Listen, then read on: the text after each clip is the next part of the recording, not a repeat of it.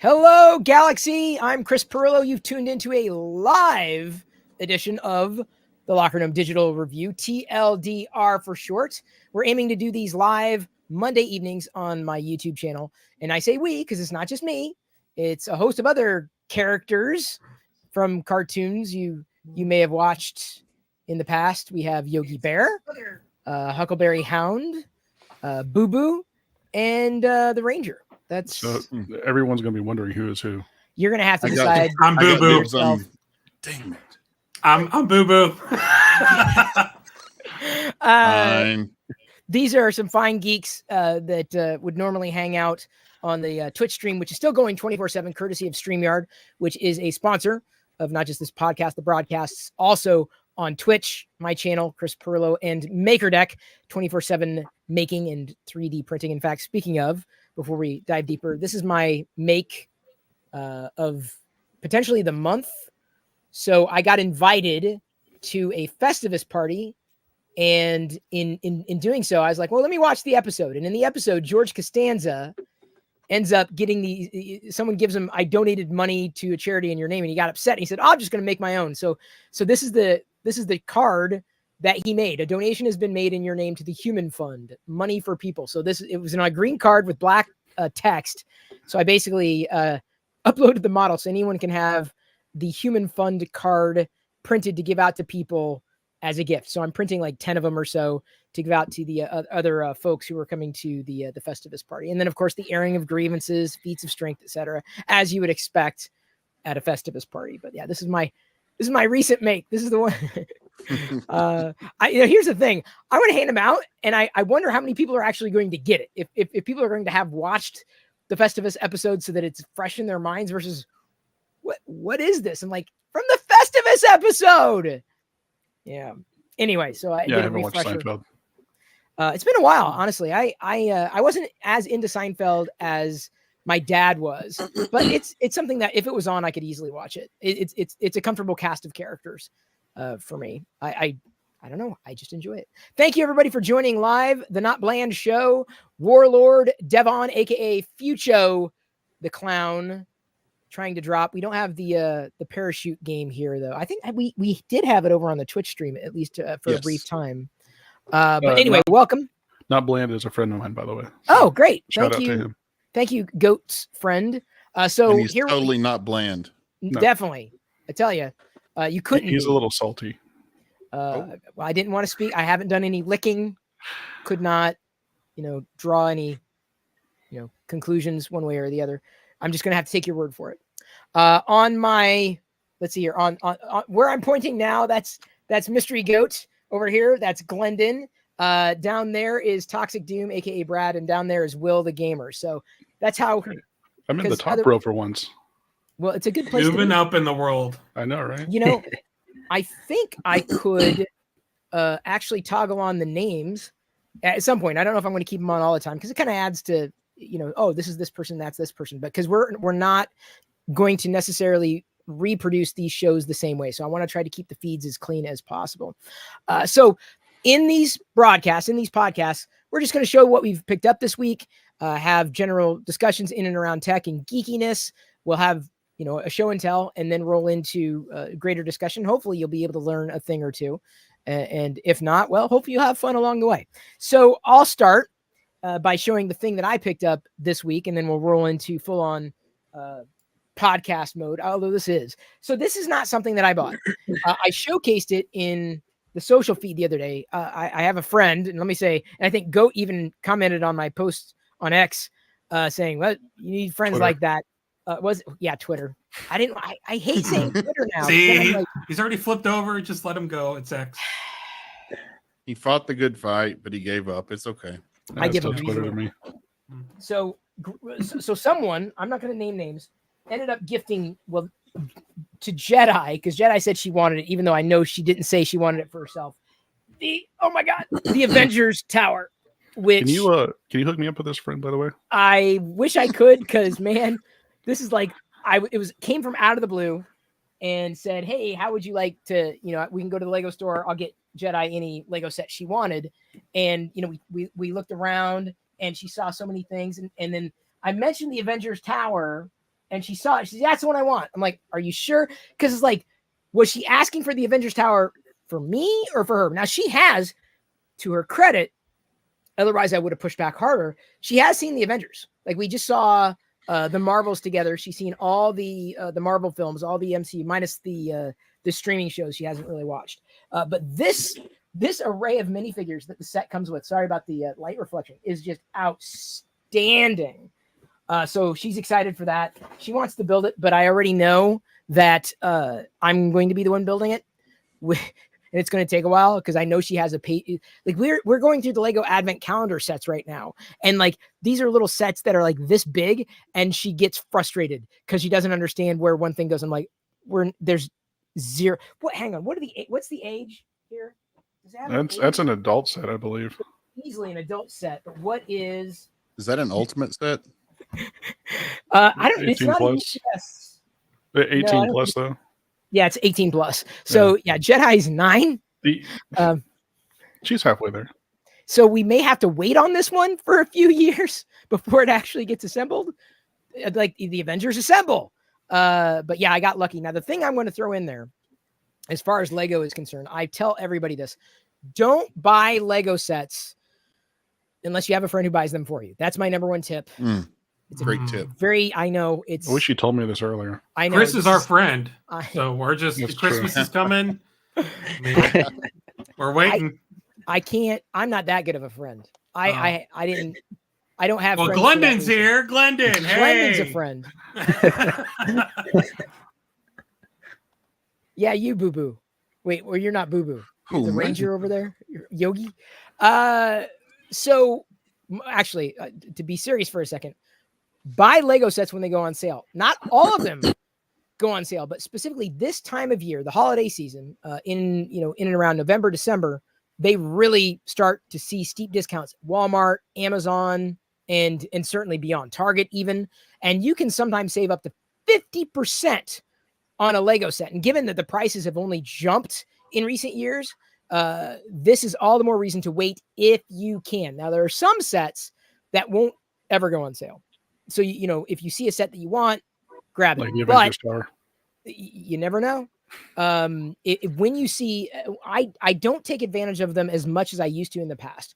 But I try to, when I get alerts for Lego discounts, usually 20 to 40% discounts, I will post on my social feed saying, hey, 36% off this set, 40% off that set, 50% off this set. So I'll at least let people know. I will share those links in social, not that the algorithm will necessarily surface them for you, but at least I'm doing my best to raise that awareness when I find the sets that are on sale. And those are typically the times that I buy. There are exceptions to that rule, rare exceptions to that rule. Just because I may be so excited. I'm like, I really want that minifigure. It's affordable without necessarily having to wait for a discount. And then I'm willing to make the leap. But this is the time of year to get the Lego sets on discount. And if you can't afford to wait. Because the last thing you want to do is buy a set, not assemble it, and then watch it go on sale. Because that's happened before to me too. And you've got to decide why you want to get a Lego set. What's the reason? Now, I tend to be motivated by minifigures, though some of the sets that I picked up recently may not have been minifigure oriented. So I can't say that those, because I got like the Lego flowers because I needed some decor around the house that looked like it was not Star Wars and plantish without necessarily having to water the plants. But Lego is definitely there for you to get. I think it's a great gift for anybody, but that's just me. I'm a little biased as an adult fan of Lego, but don't buy these at full price. If you do have to buy them at full price, take advantage of, racking up VIP points on lego.com or potentially some other discounts or values, specifically around holidays. You could get free sets or free bricks without paying for them. And sometimes those are exclusive sets. So even if you're paying full price, you're getting something that you could otherwise not get, which a lot of Lego VIP club members will do. My Lego VIP number is so small. I want to say it's 4 digits, 3 or 4 digits is my Lego VIP number. I was an early, hang on, let me see. I swear to God, because I don't want to get this wrong. Not that, anybody's actually paying attention to my Lego number. I'm not going to share it. Oh yeah, it's 4 digits, low 4. So very low 4, to the point where when I show it off, like at the Lego store, when I'm getting, accruing points, they're like, wow, like I've never seen a number that low. So I'm a nerd. That's the thing I had to show this week. Some bonus tips to throw in there in terms of how I might buy Lego bricks. I will say, as a quick tip to add on to that, 20% off is their most common discount for Lego. So if you see it on that, don't feel like you need to wait for it to get on lower, because most of the time it probably won't. And also Target, if you buy from Target, you can get VIP points from them also.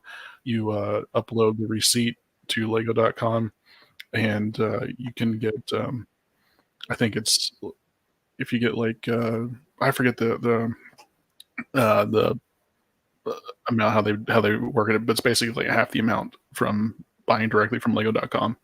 So there are other methods of getting VIP points if you feel the need to buy it. I didn't know that. That's yes. a great tip. Yes, and I have done that. So I've personally gotten VIP points from it, from Target. Wow, that's outstanding. Mm-hmm. And which also means, if you buy it on discount from Target, you'll get the VIP points from that way. I mean, probably depending on how much you paid for it. I think it's all dependent on that, of course. But yeah, you get points for it. Not as many as from Lego, but still you'll get some. The thing I got to figure out is when I'm going to be building sets, because I will do them live. I will build live. I really like doing that a lot. I built a handful of here a couple of weeks ago. Oh, did you? I didn't do it on stream, but I just stream? did it here. I was just curious. Got like Steamboat Willie sitting right here. So. Oh yeah, I just wanted the minifigures. That's the thing. I'm, when it comes to Lego, you kind of almost early on you have to decide. Well, I think you have to decide. You can get whatever you want. You kind of have to decide what kind of Lego buyer or collector or builder, what kind you are, and from there that could very well dictate what sets you get. And that's one of the reasons why, over the years, I picked up a variety of sets, and then I realized, I really like the minifigures. So I tend to go towards the minifigure sets because of that reason. Some people love the UCS. They love the big builds, right? They love the complex builds. But if you decide that, or you see it early on, you are good to at least, there's no wrong way of doing it, but you're good to at least start exploring the Lego side of you. Because I've seen adults, get into Lego and never having touched them, ever, even as kids, or they see Lego bricks as something that is childish. And I would say that it's probably one of the more awesome constructive hobbies that you can do, certainly with the family, compared to anything else, right? And then have something to show for it at the end of the day. I'm unashamedly an adult fan of Lego, or a AFOL as they call it. Andrew Rogers. I'm sorry. Architecture sets are really cool. So yep. If you want to take a look at those, I mean, especially when you're looking at Lego, not as a toy, but as, say a model or something like that, or something that you can display around the house, Architecture series is definitely one of the ones to take a look at, because they do some really fun stuff there. That's why, when you said around the house, Goat, the flowers, those are compelling to me. That's something that I thought would be, again, decor that is tasteful yet playful, and you don't really find that kind of thing at a Pottery Barn or the like. Karen, speaking of designer, is here as well, and she noted, as I put the comment up there, sometimes Target has 10% off. That's true.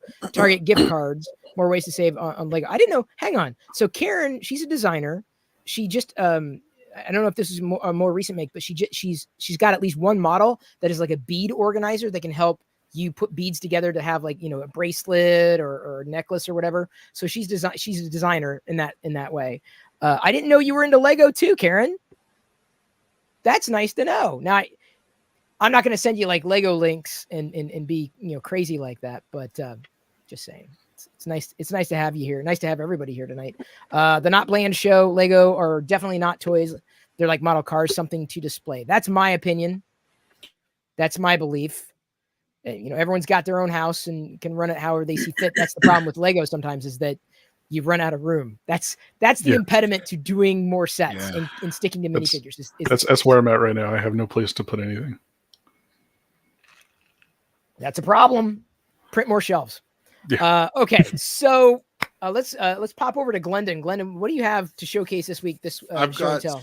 a couple spools of filament that are really cool colors that I want to show off. Okay. That I picked up this week, and the naming of them are all the reason that I bought them. But you'll see what I'm talking about. Okay. I'm always interested in new filament. That's for sure. Got them right here. The first one, check out this blue. Look at that. Okay. It's blue. You see? It's Yeah, blue. Yeah. It's by Paramount is the company. And it's called Autobot Blue. Oh. So I had to have it. Oh. You know. And it's perfect for a light box that I'm going to be making here very, very shortly. I'm going to do an Optimus Prime light box. I needed a good blue for it, and Autobot Blue just happened to be available. So that's the first spool that I picked up. And you can see with this next one where I'm going here. Look at that color. That be Decepticon purple. Shockwave? No, just more. Think more or less the purple of the logo for the Decepticons. Okay. See, I was going to guess like some kind of red to complement the blue for an Optimus, but yeah, when I think purple, isn't it Shockwave that's purple? Yeah, yeah. Shockwave I think he's a little lighter kind color of a purple color. Yeah, he might be. Yeah, lighter. it is lighter. But those are the two things that I picked up this week. I also got a couple more spools, but those were the two that I really wanted to nerd out on. You know, obviously because they're named after Transformers, so I had to have them. Of course. That's awesome. There's an Enzo red that I'm going to be using for the Optimus Prime light box. So it's Ferrari red, Enzo Ferrari, you know, the guy that founded the car company. So they call it Enzo red. But yeah, those are the two pickups this week. Decepticon purple and Autobot blue from Paramount 3D. And both of those are in PLA. What exactly is a light box? A light box. Glad you asked. Think of it kind of like a lithophane. It's very thin. You can see through it. So what I do is I take LED strips, put them on the inside of the light box. It's got a cavity on the inside, so it's got a front and a back. You snap them together, and I run a USB cord from the box down to just a standard 5-volt charger plug that everybody has around, USB-A. I've got this one here that I made for my daughter. She's a cheerleader, so I'll show this one off. But it says cheer. And if you see on the other side how it's hollowed out, and then here's where the USB cord comes through. That's cool. So and then I don't have an.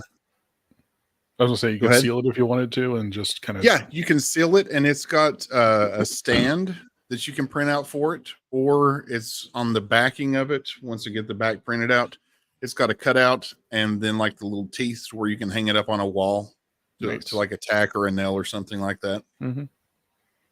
That's pretty cool. I like that. Those are really cool. That's what I've been printing a lot of lately. That'll be awesome with the Autobot and Decepticon symbols. Yeah.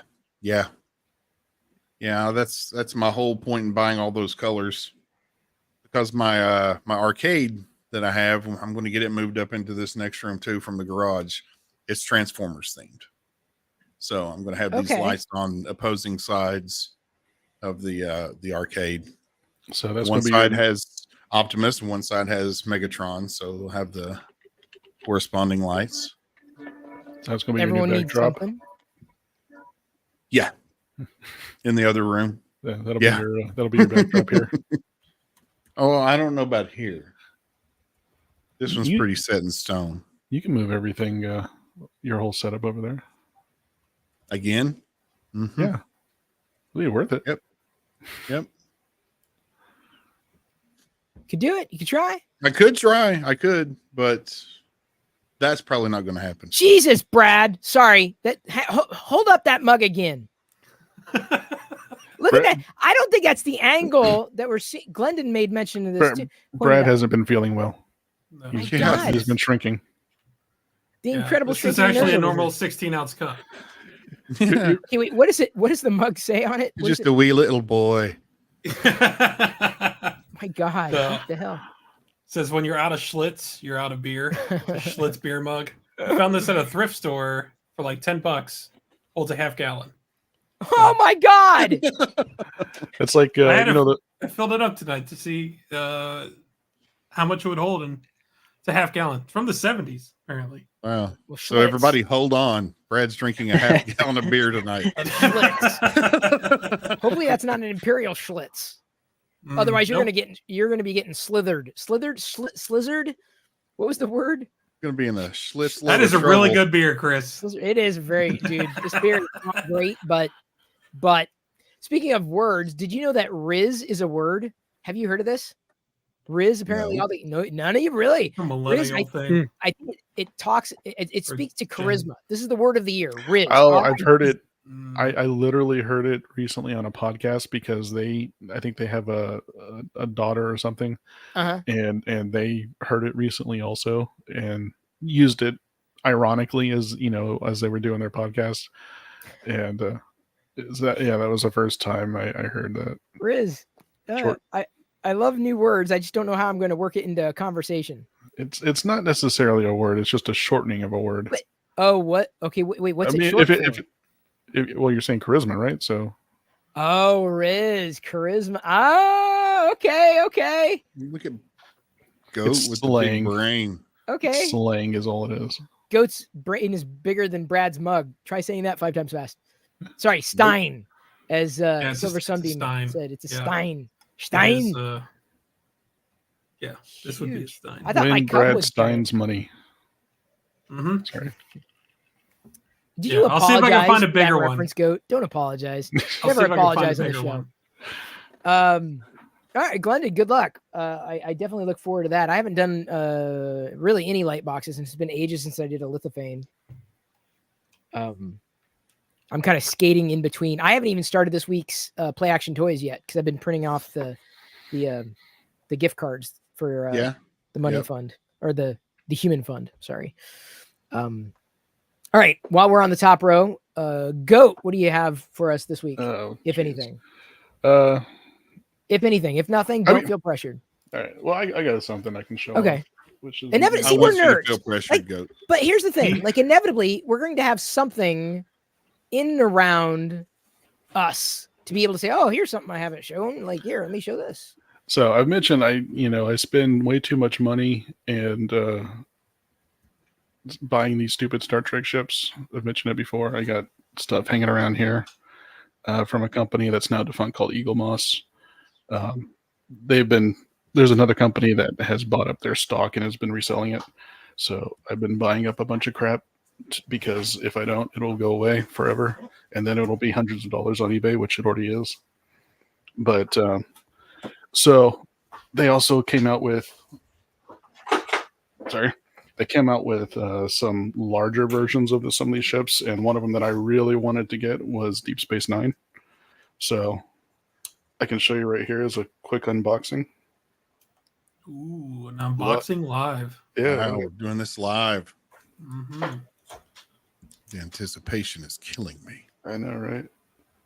Trying to cut this tape is Cut towards yourself. Red tape. Very jerking motion. Always cut towards yourself. That's a Fast huge tip, sweeping everyone. Motion. Mhm. Cut towards your with a very sharp. No, sorry, dull blade. Never sharpen your blades. very, very vigorously too. That's the non-tech tip for today. It's the safety. Do not trust me when it comes to safety tips because I.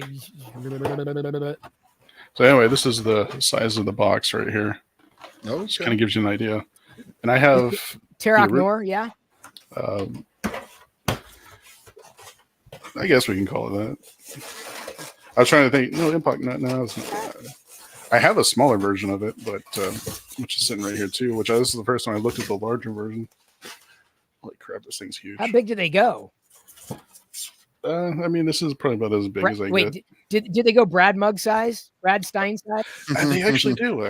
Actually, I was gonna make a joke that was not that, and I'm glad I didn't. Yeah. Well, Which Brad, approved Stein. only. it's not Stein for Stein- reference. or sorry, just it's not Size doesn't matter. Stein for scale. let that Stein get into you a little bit more. You'll be making those jokes later on. So this is the original one that I have, that I've had it for a while now. And this is Is that a the Frisbee? Yeah, this is the larger one. So you can kind of see the two size comparisons, kind of.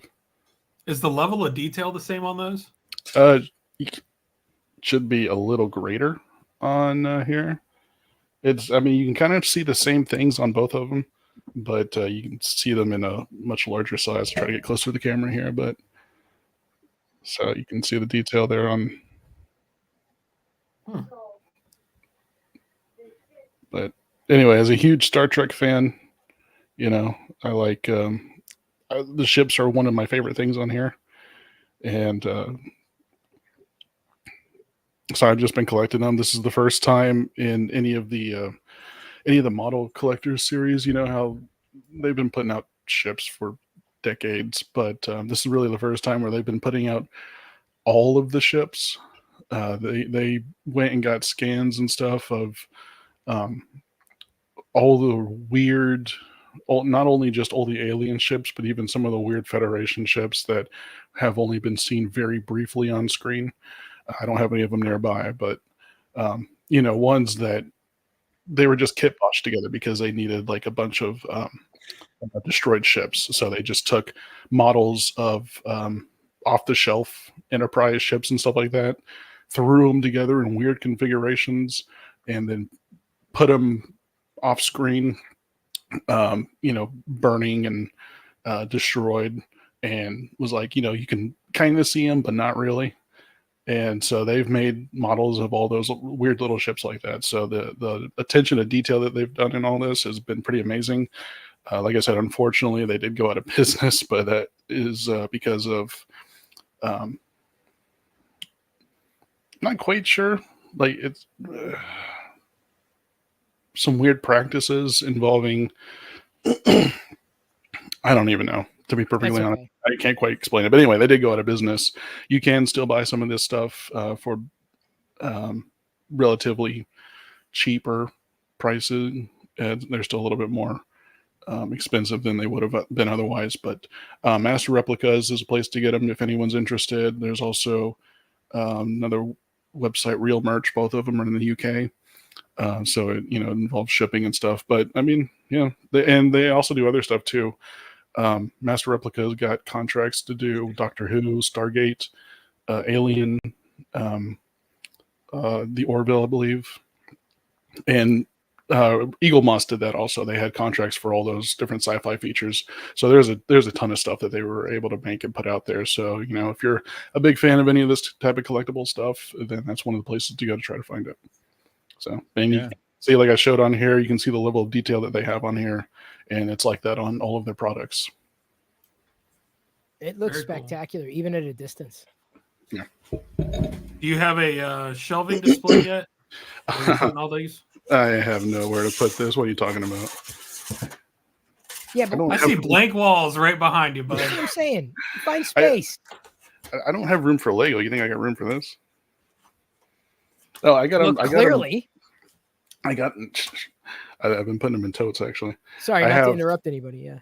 I got them sprawled out on my desk here. Like I have sitting right here the NX version of the NX Enterprise from Star Trek Enterprise. This is this is the kind of stuff I'm talking about, the type of detail that they did. This wasn't seen in the show. This was going to be a refit that was going to be seen in a potential season 5, which never came to fruition. And so this was just a picture model that the original creator of the show made, or not creator of the show. I'm sorry, the original person that kind of created this design. So these are the kind of things that they did. Also, is just even concept ships. They did models of. So anyone that likes collecting that kind of stuff. I mean, some of the odd things. This one's kind of broken. That sucks. I'm sorry. I keep looking at this. I'm like, what the heck happened here? Anyway, that's the kind of stuff that they have, just things like that. But I got them sprawled out on here. Got a couple of versions of the Enterprise, space dock, handful of other stuff. So Works yeah, for I just me. put them where I can. My previous what I do. house, That's what I do around here with 3D prints and Star Wars stuff. Like there's like that's the beautiful thing about having a collection is it just goes everywhere. yeah, it does. And it fits, right? There's no people say, "Oh, you must have a great Star Wars room." I'm like, "Yeah, room."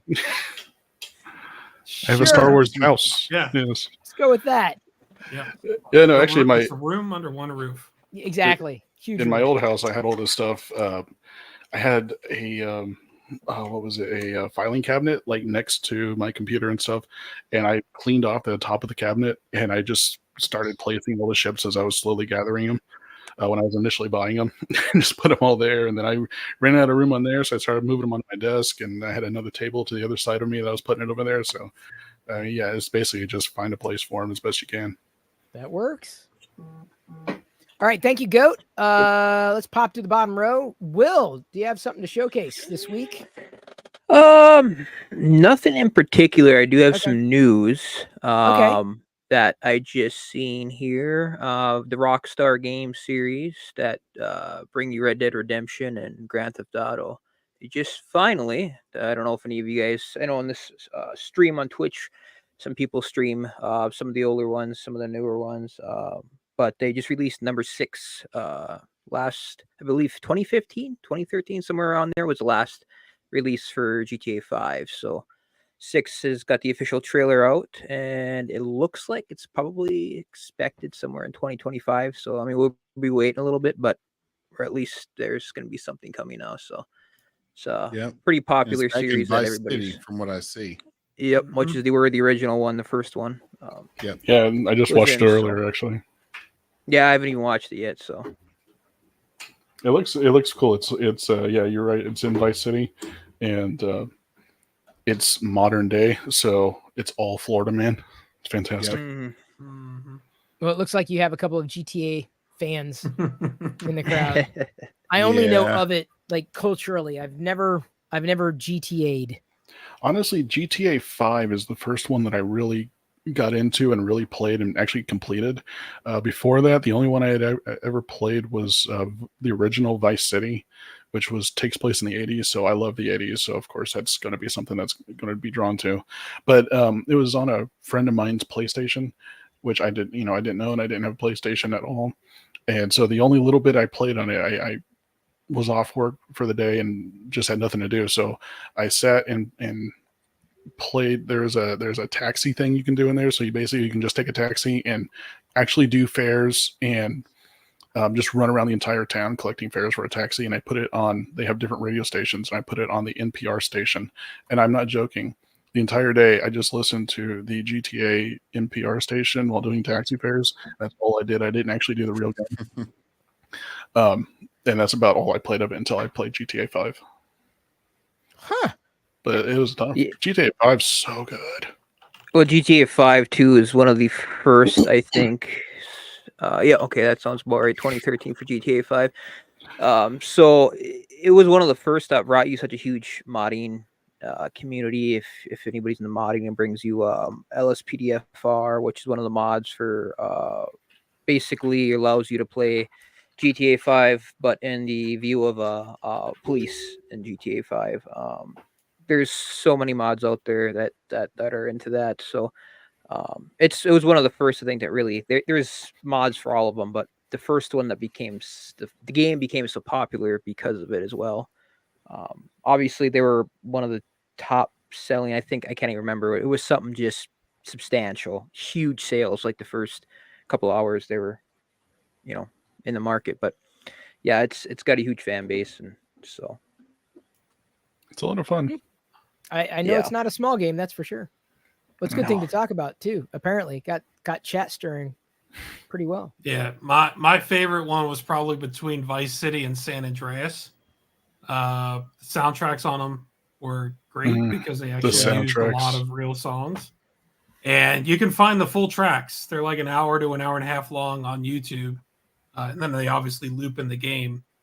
But I've done a lot of travel previously for work, and I would pick up a couple coworkers, not telling them that it wasn't radio, and I would play a few of them from like Vice City, Flash FM, for example. I would throw that on there, and when the commercials would come on, they start to sound real, and they're like, "What the hell is this? Like, why? Who's coming up with this stuff? Who's letting these people on the air?" It was just a riot because I let it go on for about 30 or 45 minutes before telling them it's not actually radio, it's from GTA. Because some of the songs, are all just driving and listening to them and jamming and stuff. It was just kind of funny. But yeah, they were both. Those are probably my top two. It's hard to pick one. But if I had to, Vice City. Sorry, I didn't mean to cut you off. Thought you were done. Oh, good. No, I was going to say, I was chatting in another stream earlier. They were talking about how GTA really became a genre unto itself because after GTA 3 took the series into the three-dimensional open world landscape, it's like everyone after it is trying to replicate that. Some of them have done it successfully, but not everyone. But I mean, it really just opened up a whole new way of gaming with GTA 3.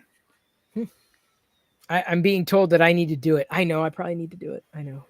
I mean, is it on Mac? Will it be on Mac? I can't find on iOS. I know Vice City is. Well, no, but the new one. Like I know I've got like remember that HP laptop? I cannot find it. It disappeared into the void. Well, I have the Lenovo laptop. No, the HP laptop. I have some theories. I could be wrong, but I can't find it. Because the one that you were gaming on to play Star Wars was the Lenovo. Was it Lenovo? It was Lenovo. So I thought it was I can't find it. I have a theory, but I can't find it. I have a very strong working theory. Yeah. We got to build you a gaming PC, Chris. Is what we got to do. There we go. Yeah. Yeah, I know. There's someone I know. She's not exactly local, not completely local, but she's into PC building too.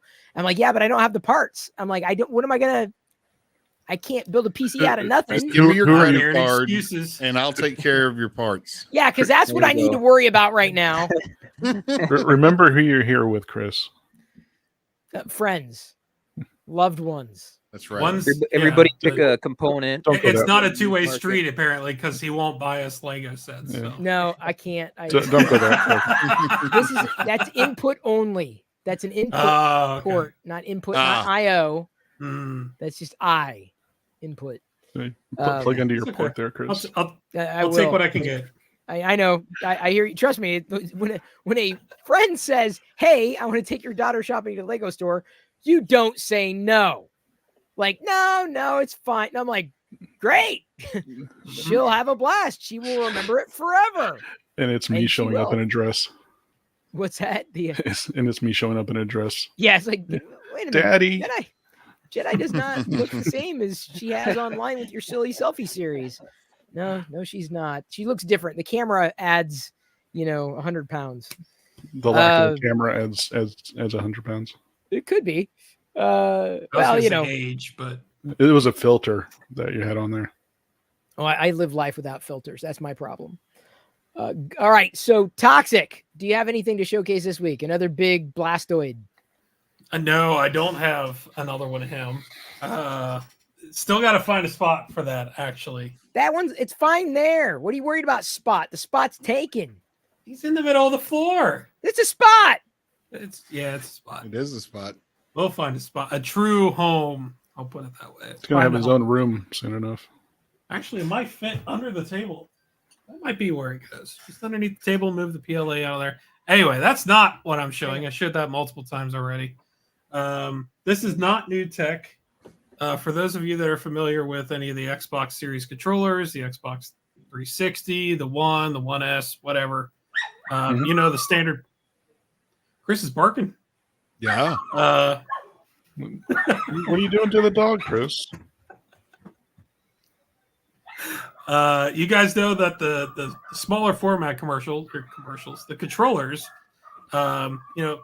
pretty standard form fitting. I've got a little bit larger hands, so these have always been comfortable, but not my favorite, especially for the original Xbox.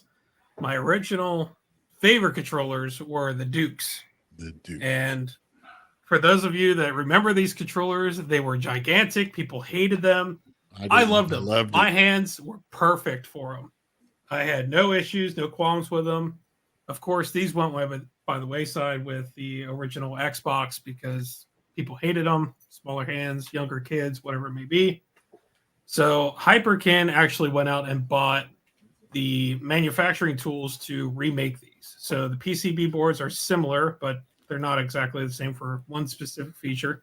You'll notice the memory card slot and the headset slot are gone, and now uses the standard 3.5 millimeter 2-in-1. But the coolest part about this, I actually have two. I have the black one, and then when they came out with the green one, it reminded me of the Halo 2 days. But what the coolest part is that I might need to turn my light off here. It's actually got the screen built into it, where it does the original Xbox boot screen. That's cool. Which is pretty cool. So when these came out, I was all over it. These are obviously able to be plugged into your PC. This activates just like the Xbox button on your wireless Xbox One controller. What's happening over there, man? Are you okay? I'm waiting for the earthquake shockwaves over here. Do we need to send over a police check on you? No. Okay. Sorry. Brad, I'm so sorry. Keep going. I'll explain. I will explain everything when you finish. You pretty much hit it. So the Xbox controller form factor has always been my favorite. I've got the black one and the green one. They've come out with a red one at some point. That was kind of a limited edition one. Yep. But this reminded me of the Halo 2 controller that came out and the headset. I actually still have the old Halo 2 god awful ear headset. It's horrible. Planetronics. Oh my god, it was bad, but it was cool because it was green. But I bought one of these because my last one, the stick started to drift or just completely screw up. But the form factor again is identical to the original Xbox One, not ONE. It's the first Xbox, but same form factor. So OG Xbox. Felt like home. The OG Xbox. Felt like home. Two questions with that. One, is it wireless? No version. No, they are wired. Just because it uses the built-in screen on it, that would suck up too much power. Second question is that screen useful for anything else besides showing the Xbox logo? No, I haven't seen any official firmware update, but it's literally just to represent the X button that's on all the other controllers. It's just the fact that it's an LCD screen. So if they took off that screen and just put a button decal thing on there like they did the original, they can make that wireless? Probably, yeah. I think the reason they didn't do it wireless is because of the cost that Microsoft asks for, because it's a proprietary Bluetooth connection. Oh, to make it compatible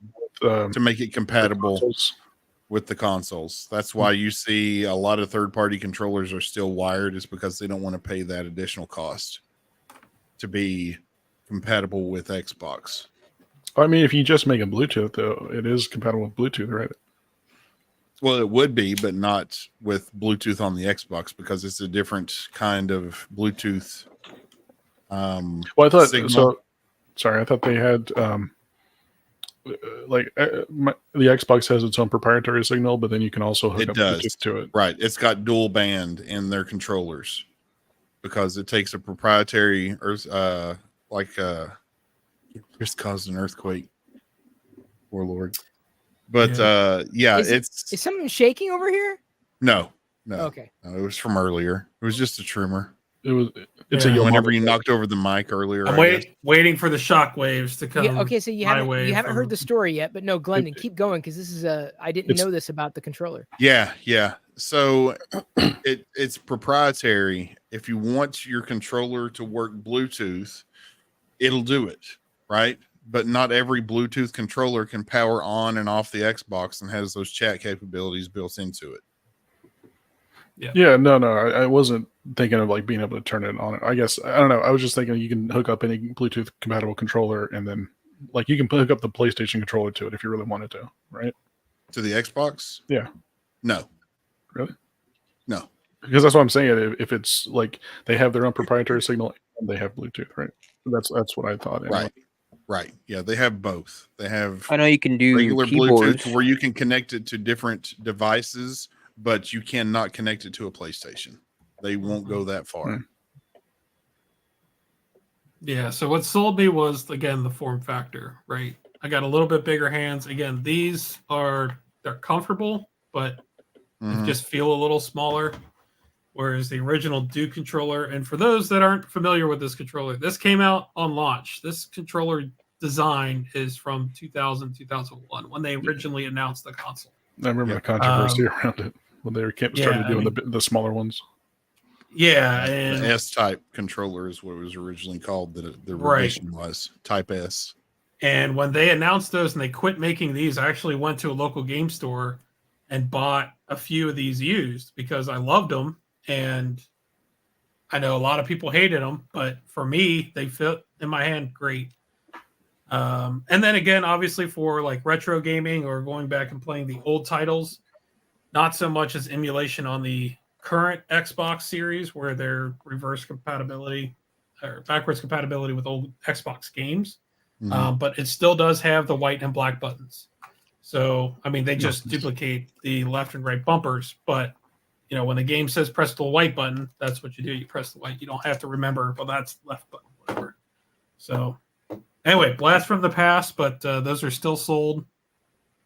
Again, I find it very comfortable to game on the PC with, and they're comparable pricing, and it is an official licensed product. It's not some knockoff. It's actually tooled with the exact specs physically, measurements-wise.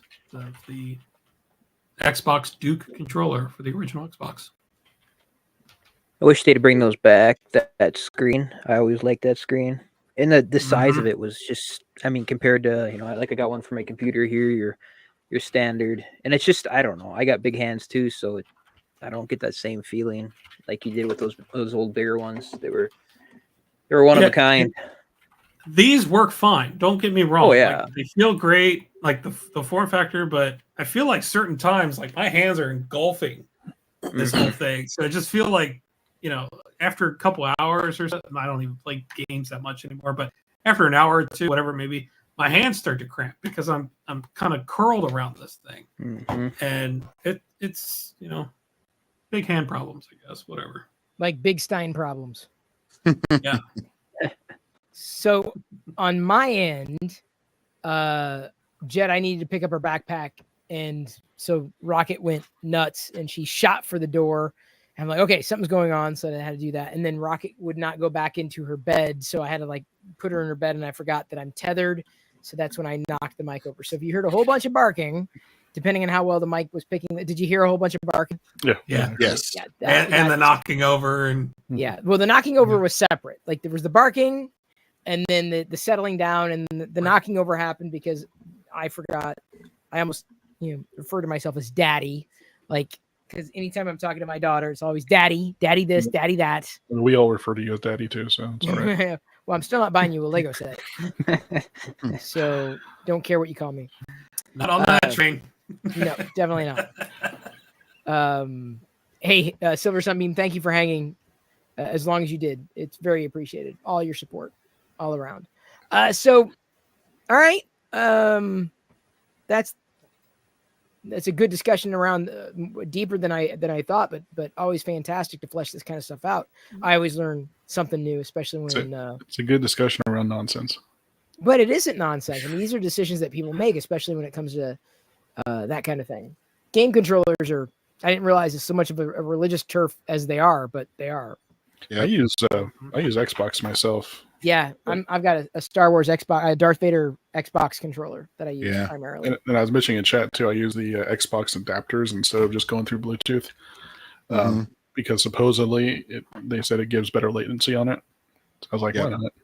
And also, like the first one I bought came with an adapter, so I mean that was easy. Yeah. And then originally I used 360 controllers, and I bought they didn't have Bluetooth at the time, so I had to buy an extra separate adapter for it in order to play it on the PC. Which I mean, it was a great decision because I had 360 PC. I can go back and forth between the two. It worked out great. Works for me. But yeah, I love the Xbox controller design. I do too. Yeah, so I think it's only getting It's too better. bulky for me. Honestly, I'll be honest. Really? I was more of the S, if anything. I was, but I have small hands. I don't carry big steins.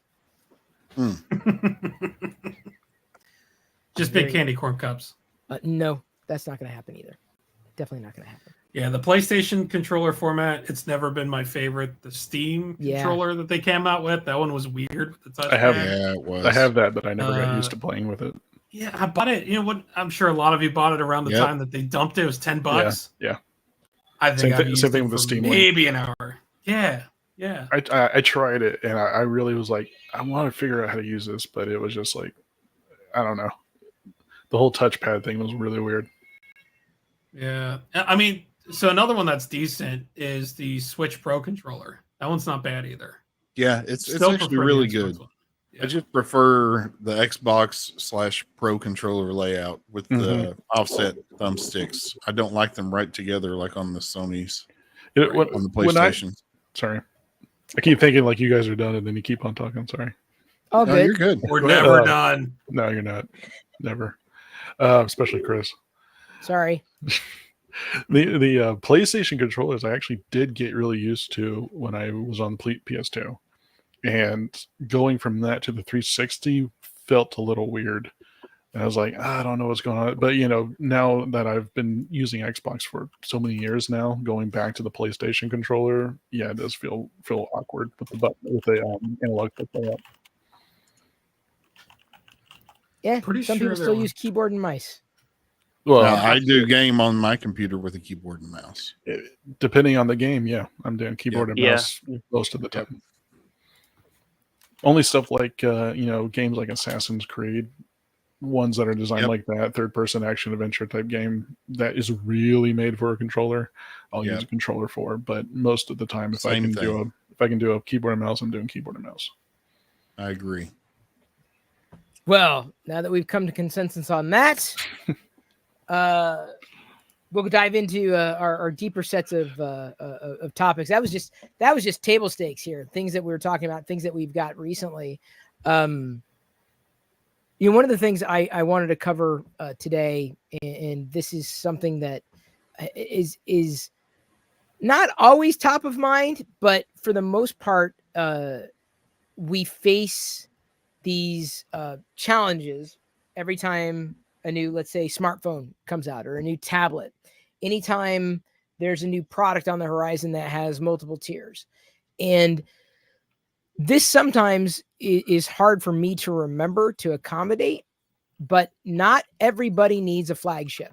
Not everybody needs top of the line. And there are many reasons why you would want to go with a mid-range, let's say, if you wanted to go that direction, instead of a flagship. And there are many, and some of them not necessarily as intuitive in terms of the reasons why I feel most people, I'm going to say, would be just as well suited with a mid-range compared to the flagship. But at least in America, we have the idea that, it's the most expensive, it's the ultra, it's the best, right? And so we want the best. So we push for the best. But in many cases, I would say for most users, I would argue that the quote unquote best isn't. It's easy to, on the surface, and not to be confused with the Microsoft Surface, but the basic, premise between a flagship and a mid-range in terms of a device, whether we're talking a tablet, a phone, or anything of the like, even down to the different consoles, right? You've got Xbox has tiers, right? I think the PlayStation has tiers, correct?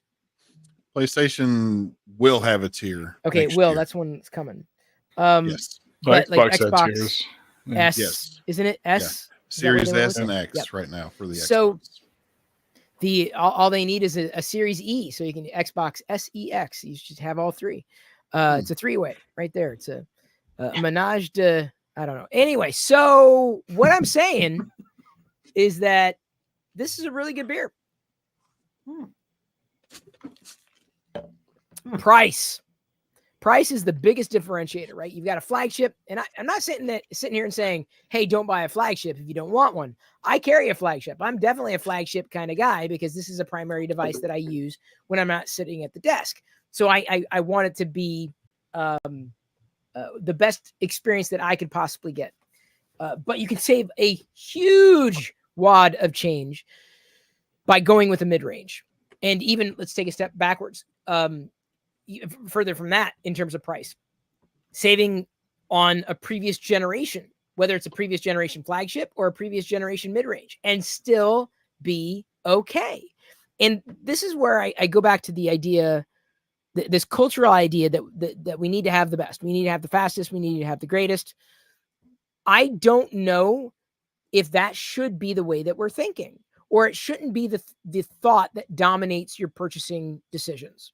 Because especially when budget is concerned, you can save a huge chunk of change by going with something that may not be the quote unquote best in terms of comparison within the same range of products, but it could very well, a mid-range could be the best for you. And in especially as far as price is concerned, or specifically value. And this is something that very often isn't talked about. The value you get for your money. Remember, value is relative. What you find valuable, I may not. Like, you could sit there and say you want, the best features, the best, the highest cost, whatever. You're going to spend money. You're going to throw it at anything that comes your direction. But in terms of what you get, it's not always what you pay for. And there is a law of diminishing returns when it comes to certain applications. And I am going to come back to this. But you have to think the value you get for your money anytime you start thinking about getting a new product, anytime you start thinking about upgrading. Because in many cases, you may think, oh, I'm just going to jump from this to that. Well, maybe there's a step in between, or potentially a step backwards that still propels you further ahead than where you would have been in one measurement of or another, right? So you've got to think about your value for the money that you're spending, remembering full well that the value you see is going to be radically different from anybody else's perception of value altogether. Another thing that people aren't inclined to talk about, especially because in media cycles, we think flagship again, because it's the fastest. But is it the fastest for you? Let me put a finer point on that. For daily tasks like web browsing, social media, even to a certain degree gaming, mid-range may very well provide sufficient performance for the things that you're doing. Are you going to really see the difference with, let's say, a 1 second improved load time? Probably not. Most people won't know those differences. Now, if you're jumping from, let's say, 4 generations removed device to a modern device, or more modern device, yeah, you're going to see a big difference more often than not in terms of software performance. But in terms of the performance that you need, that you require, where does that sit? Going back to the idea of relativity, value being relative, performance could be relative as well, depending full well on what you need, what it is that you're doing, the applications that you use most frequently. So it's maybe not as easy to ascertain at a distance the performance you might need between a flagship and a mid-range. I've argued with people over this for years. I'm like, yeah, but you're not, you may think, oh, I want the Pro. I'm like, but you're not going to see the advantage of a Pro. You won't. I know in my mind, I'm thinking, you just want the Pro because it says Pro and you want to feel better about yourself. And that's what marketing does. And they do a great job at it. You want the Ultra because, man, that's the best. And you want the best because in America, it's all about the best. Well, the problem is even best is relative. Who are you, trying to impress? Maybe it's a fashion statement. Maybe it means more to you to prove that you're valuable to other people than it is to find that value within yourself. I would argue that you've got some self-esteem and self-worth problems to work through, and you can't necessarily get, a smartphone to fix the problem. Hang on just a second. Sorry, Rocket is like leaving my view, and I'm pulling her back. Get over here. See, I keep her on a leash now because she made some accidents in the house, so she's on a very short leash, and I do not want her wandering off. Seriously, I'm not joking. Is that a flagship leash by chance? It is mid-range leash. Mid-range. Because it's more than sufficient in terms of where she needs to go and where she needs to be. I did not want her walking a mile away. I just wanted her maybe walking a few meters, right? So instead of going, I'm going to go for the mile range, just let her, have it. I'm a big free range dog parent. No. I'm like, no, I'm going to rein you in. Actually, I know you're being facetious, but to be serious for a second, there are actually, there's a leash for large dogs or medium-sized dogs. And the large dog has a ribbon as the tether, right? The cable, as opposed to something that's a little thinner, smaller. So I actually did go for a mid-range rather than the full-on ribbon, which may have been a bit more for, let's say, more robust pulling to something that I thought would be sufficient for what I thought the dog was going to be. Because I did. Seriously, I went mid-range. I went middle. Saved me a few bucks, and it was a law of diminishing returns. So as my Toxic, this is actually kind of funny. This is true. So even then you'd think, oh, I need the ribbon. I need the one that's most robust that can handle this. Then the tugging and the pulling, it would have been way too large. And for whatever it's worth, I'll take a side quest here. You got to be careful when you're handling the tugging and the pulling. You do, especially around here. What's the brand here? Flexi. Like the way I like I know where you were trying to go with that. I'm laughing at Toxic. He's the one. Wait, did Toxic? Okay. Did you? I thought you said that. But what's nice about this particular leash is it's got the poop bags attachment here, so it's nice and clean. That's one of the reasons why I went with it. But I was serious. Like the larger one would have had a ribbon, but I went with more of a smaller thread, thinking it would be more than sufficient for a 20-pound dog. So I did go mid-range. So, ha! Yeah, keep those poop bags handy. Let me tell you. Those for you or the dog? I was just about to say, yeah. Both. Give me another couple of years. She's gonna be changing my diapers around here. That's for sure. That's why I was laughing. I was tempted not to say it because. Why not say it?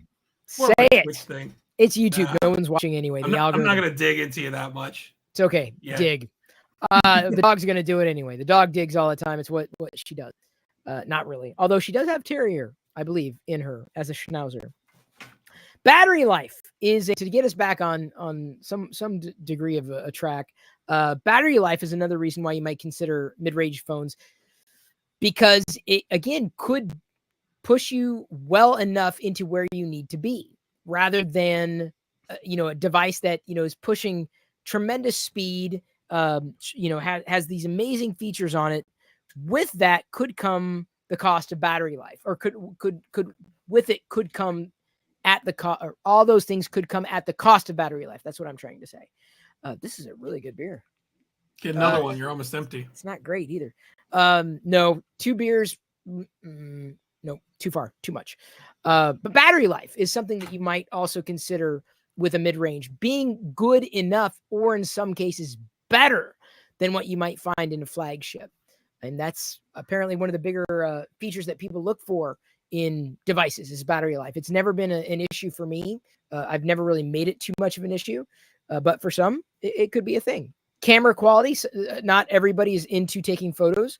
I wish that my flagship phone, the S23 Ultra, did better at taking some photos. I'm hoping for dramatic improvements. I'm not going to hold my breath. With S24 Ultra, I haven't really found a better alternative for me in terms of a software experience, unfortunately, between devices at this point. But camera quality, are people going to see the difference between the modern flagship and a modern mid-range? I would argue that for most people, the answer is no. They're not going to see the difference. You may think top-notch camera is what you need. No, depends on what you're sharing, how you're sharing. I would argue that you should get the best shot you could possibly get at all times, because you can't retake the shot. All the more reason why when I do my silly selfies with Jedi every day, I take 3 shots. I set the time, or it does an automatic timer. I say the word cheese or I say shoot, and the Samsung camera just automatically goes 1, 2, 3, takes 3 pictures back to back, and then I choose the best of those 3. But camera quality is for me, again, that's the deal breaker. That's the thing that usually pushes me to a flagship. But if you don't take a lot of pictures, going mid-range should work well enough. I think the term I'm going to use in relation to something I referred to earlier, reduced overkill, or a law of diminishing returns. So many flagship devices, and again, I'm abstracting, are overkill in terms of what you're going to use or what you're going to see or what's going to impact you, where you're going to feel that pitch. Most people won't feel it. Most people won't see it. If you can look past the marketing, if you could look past the branding, if you could look past the idea that you need to have pro, you could very well find yourself just as satisfied, if not more satisfied, with a mid-range, because you're not overspending. Again, it comes back to value. And if someone just handed you that device, an upgrade from maybe your previous device, and you're like, this is great, you may not know. A part of from if someone said, oh, you're actually using a mid-range device. Oh, mid-range. I don't want a mid-range. I want it at the top of the line. You may not know, because it's a law of diminishing returns. So optimizing. It's really good. It's a great word. It's a really good beer. It's like Riz. He just made up a new word. I did not make up Riz. Riz is a thing. I'm trying to have Riz. I'm doing my best. Reduced overkill. That's the thing. I feel it's a good label, for the idea that you're not wanting to overget. You just want to get what you need. You want to have your needs met. If your needs get exceeded, great. But I would argue that a lot of recent generation smartphone, at least flagship smartphones or even tablets, most people won't see differences generation to generation. They just won't. And this isn't even a generation to generation discussion. It's more like a recalibration towards the idea that you need to have flagship. You need to have pro or ultra in order to be a cool kid. No, I feel like mid-range just unfortunately does not get the credit that it deserves. I want to play devil's advocate. Go ahead. For a second on you then. As the daily driver of a flagship, what garners you needing the flagship over a mid-range phone? To me, it's my use case for the phone. So it's my everything. Like when I'm away from the desk, even when I'm at the desk, this is a PC to me, the phone. And because it's simple enough to upgrade year over year, and the improvements that it sees are improvements that are generally, for me, palpable, given that this is my primary camera, given that it's my primary, PC. I use it. It's my device. Not everybody uses their smartphone the same way. To some, it's just like, I'm just going to check Facebook, maybe do a couple of photos. It's very casual use. I have very heavy use on my smartphone, very heavy use. So to me, the small differences in the flagship year over year, even though they may not be as dramatic over time, are iterative and enough for me to go, I feel I can get my money's worth because of how much I use that device and how I use that device year over year. So that's the reason why I tend to go flagship for me. But I'm trying to, again, take a step sideways and go, just because that's for me doesn't mean it's, for everybody. Sure. I don't really get tripped up. This is leading into something else. Design is a thing for some people. Like, oh my God, the design looks exactly the same as, whatever. I'm like, I don't care. I will admit it means nothing to me. But for the most part, you may find similar design. Let me try that again.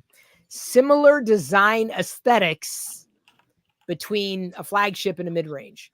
Like, I could look at the two and go, oh yeah, there are differences maybe, but which one's better, I couldn't necessarily say, because I don't look at the hardware design when it comes to a product.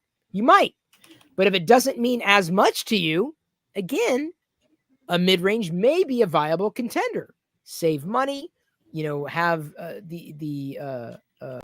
have just enough for what you need without having overkill, or effectively reducing your overkill, with a design that you may not really care about.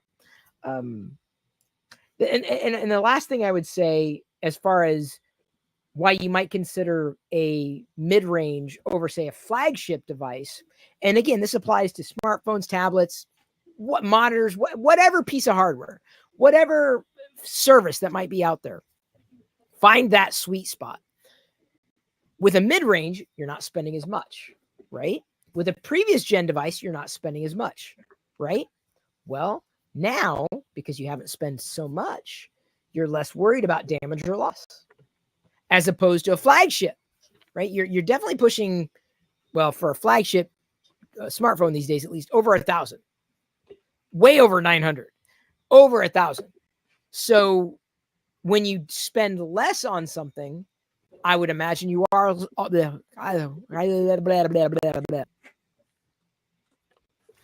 Work. Cottonmouth. Work. Things are just malfunctioning over there. Take two. Do all that over. So when you spend less on something, theoretically, you are worried less about damage, loss, theft, whatever that happens to be. So this is something that I feel is understated in the argument, or the discussion, I should say, between whether or not you should be going with a mid-range or a flagship. Spending more, you may get what you pay for. Spending less, you could get more than what you paid for by spending less.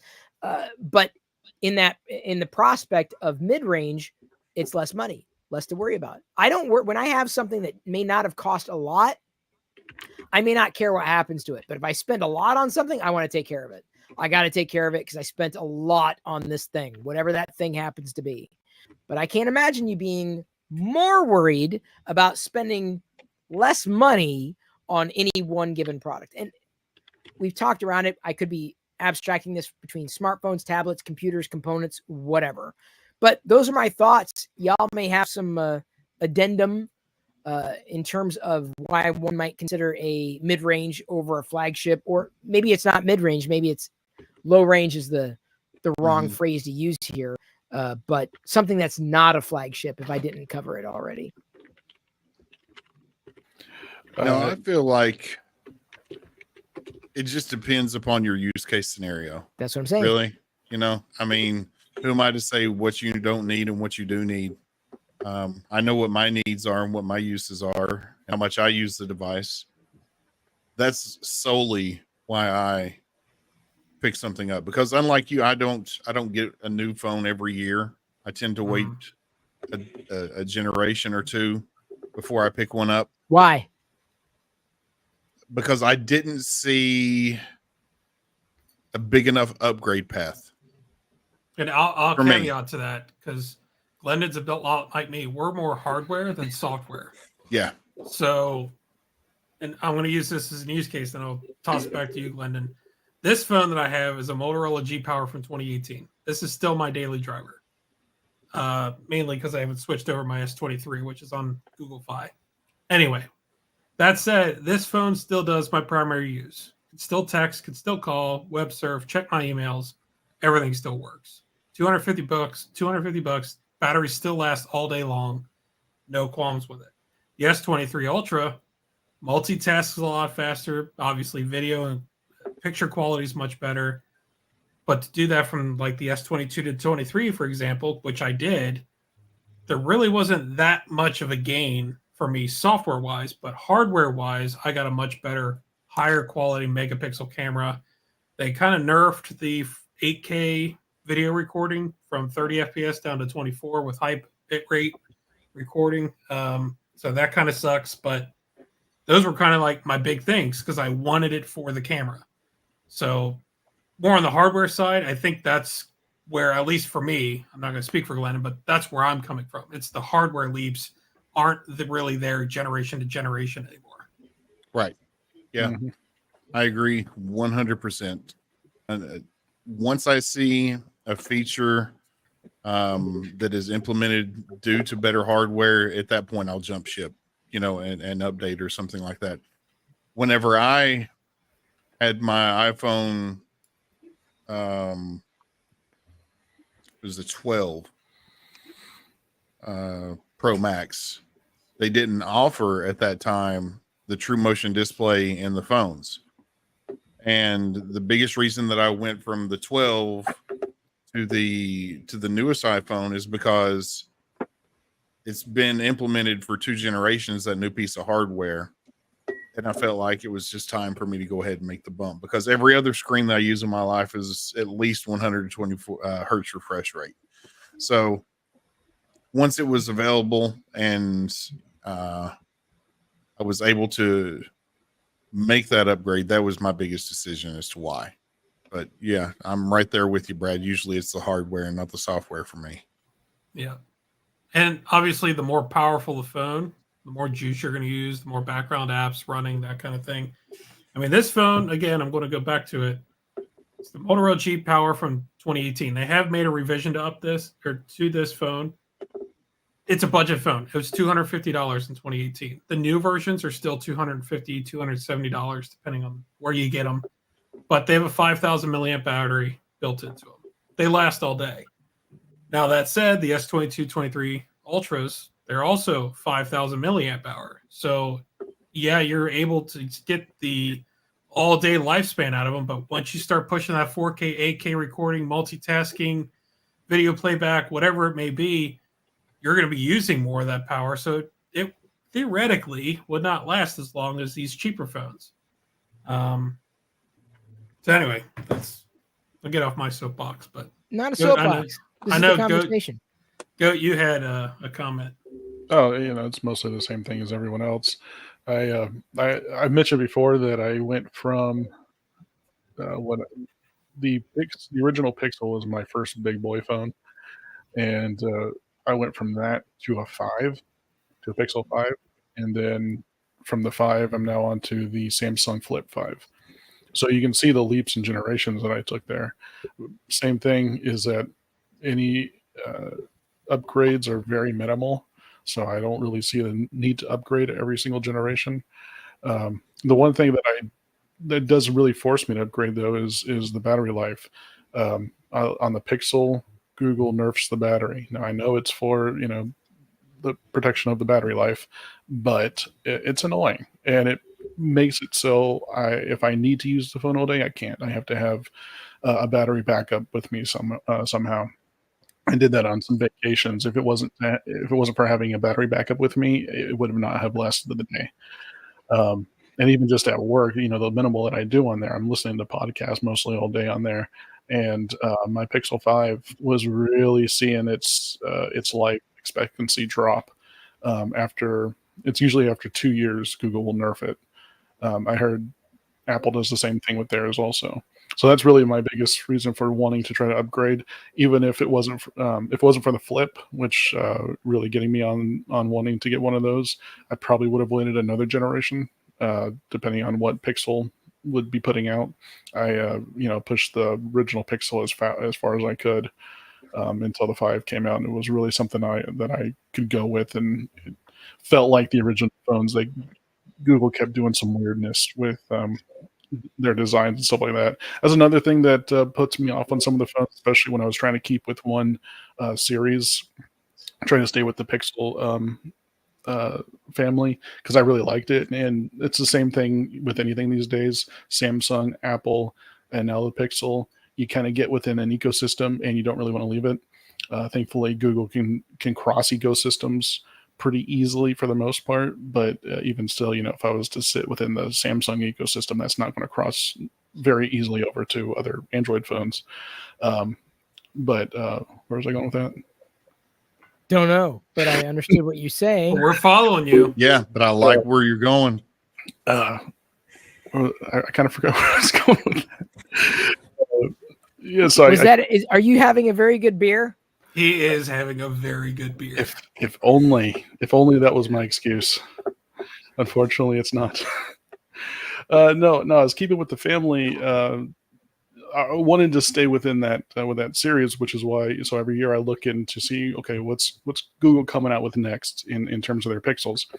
The 2 was good, but I didn't need one the next year. The 3 I hated. The damn notch. God, I hate the notch. The 4 wasn't any better, but the 5 went back to what I liked, especially with the fingerprint sensor on the back. I love that.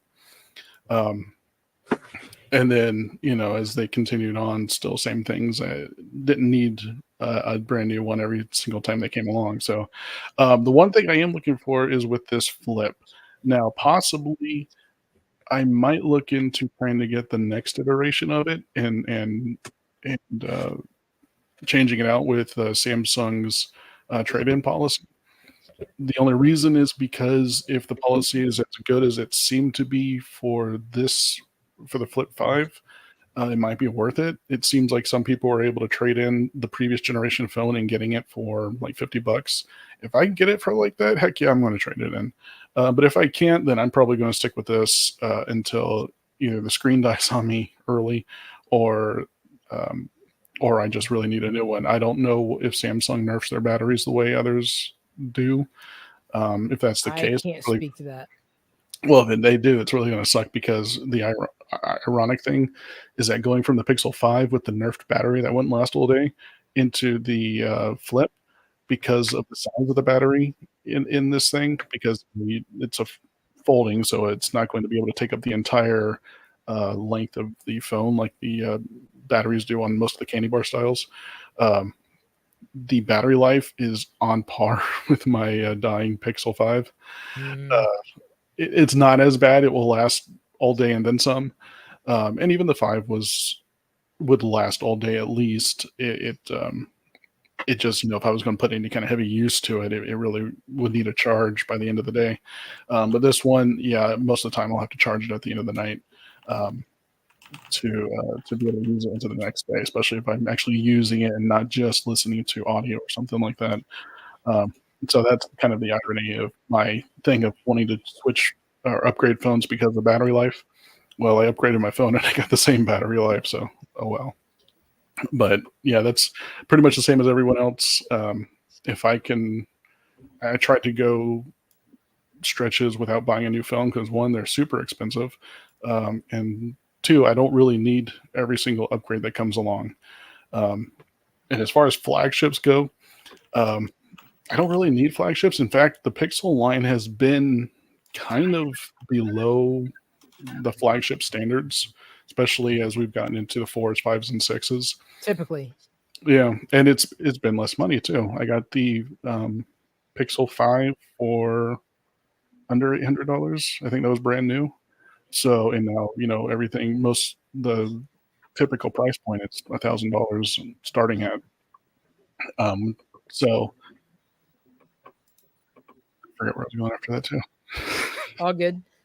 You've ideated. I think you've explained why, or given the actual, as much as I'm speaking in theoreticals, because I'm more the flagship person. I think you're explaining exactly your methodology or reasoning behind not going that direction. So you're underscoring everything that I've said. Yeah, I guess as far as I don't know, this Fold is not a flagship. I guess it's maybe a flagship 1 or 2 generations ago, but it's definitely not the same specs that you would find on the top of the line S20 something Ultra. So obviously, I don't need top of the line stuff. That's not necessarily what I'm looking for. My big things that I'm looking for are battery life, longevity. I could care less about the camera. It's not something I deal with. I don't take. This is what I'm saying. Most of the software I don't really it's the same stuff I can get on the lowest end cell phones that have Google connected to it. I don't do a whole lot of extra on there. And honestly, the top line flagship phones, I have a hard, which I don't know what you do all day, Chris, with your phones. More of a lot. Well, I'm thinking like the only thing that can really come to mind that I can wrap my head around is like business people that are literally sitting on a park bench doing mobile business all the time, and they got to do this, they got to go into a document, they got to go into some spreadsheet stuff, and they're kind of multitasking on their phone all day long. That's the only thing I can really think of. Okay, what do you need all this power for? That's and also when it comes to, I think some content creation of sorts, if you're taking videos, especially if you're trying to get high-end videos, 4K, stuff like that, I can see the power being needed for that. That again is not something that I need to worry about. So yeah, my use case for high-end phones is not really up there, but when I'm looking at some of the options that they have, sometimes it's either high-end or the bottom of the barrel. So kind of all depends on what's out there also. It's all relative. Mm-hmm. It's exactly what I'm saying. It's all relative. Yeah, one thing that you did talk about was business use. So for me, when I was traveling quite a bit for work, not using my personal phones, but I did occasionally, was tethering, because I hated typing a bunch of emails, trying to view documents and stuff on my phone. Wasn't going to happen. That said, I could pull out my laptop, hotspot, be online, good to go. I mean, I've worked from the car 3-4 hour car trips for work before.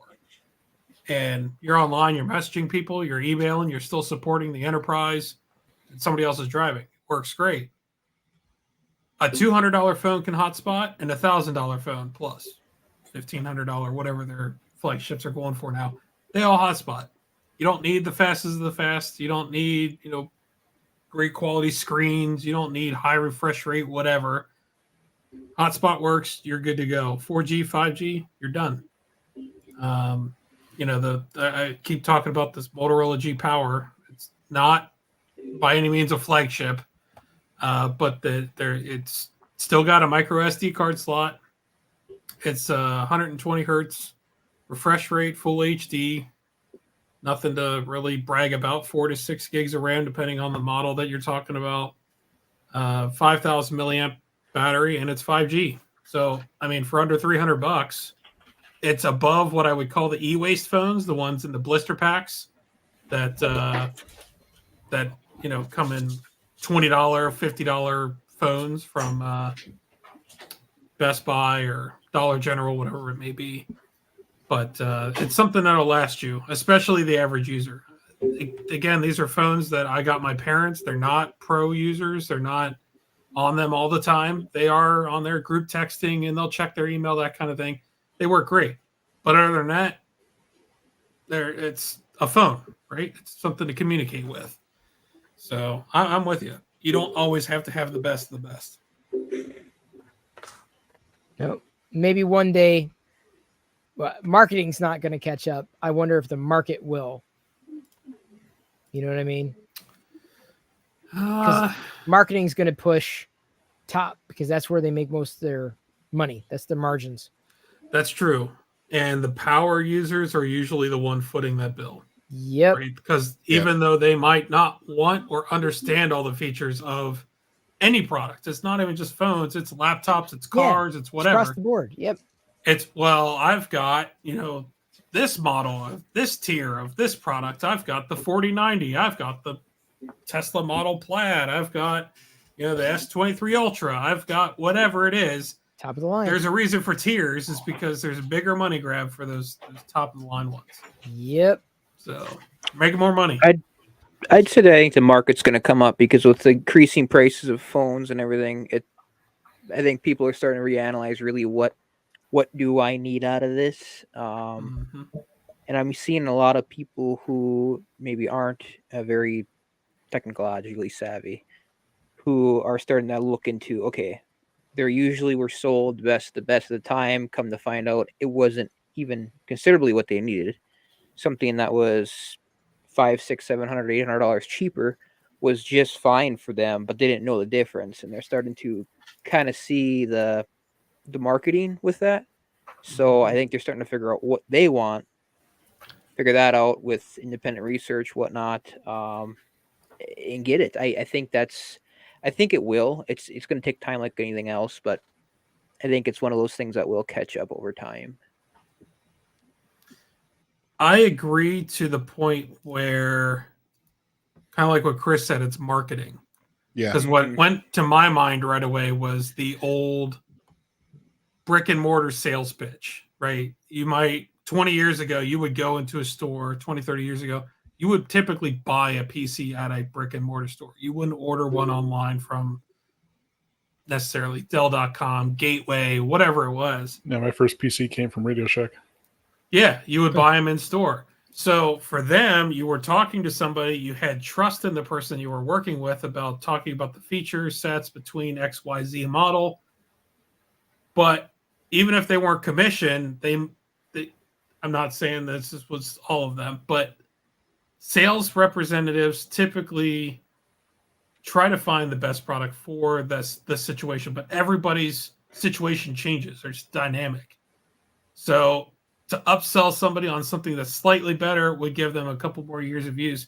However, people that were on commission, well, if you're going to get that one, why not spend $800 more and get this one? And then before they're convinced on that one, well, if you spend just a little bit more, you get our top of the line one.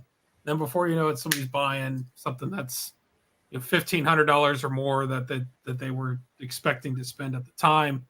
And, they get this thing, they're all excited, they set it up, and it does the exact same thing that the third of the cost item would have done right off the bat. So if the users don't grow with technology, as in they're not involved with it all the time, I think marketing is always going to definitely play a role with sales and kind of a status-y kind of point.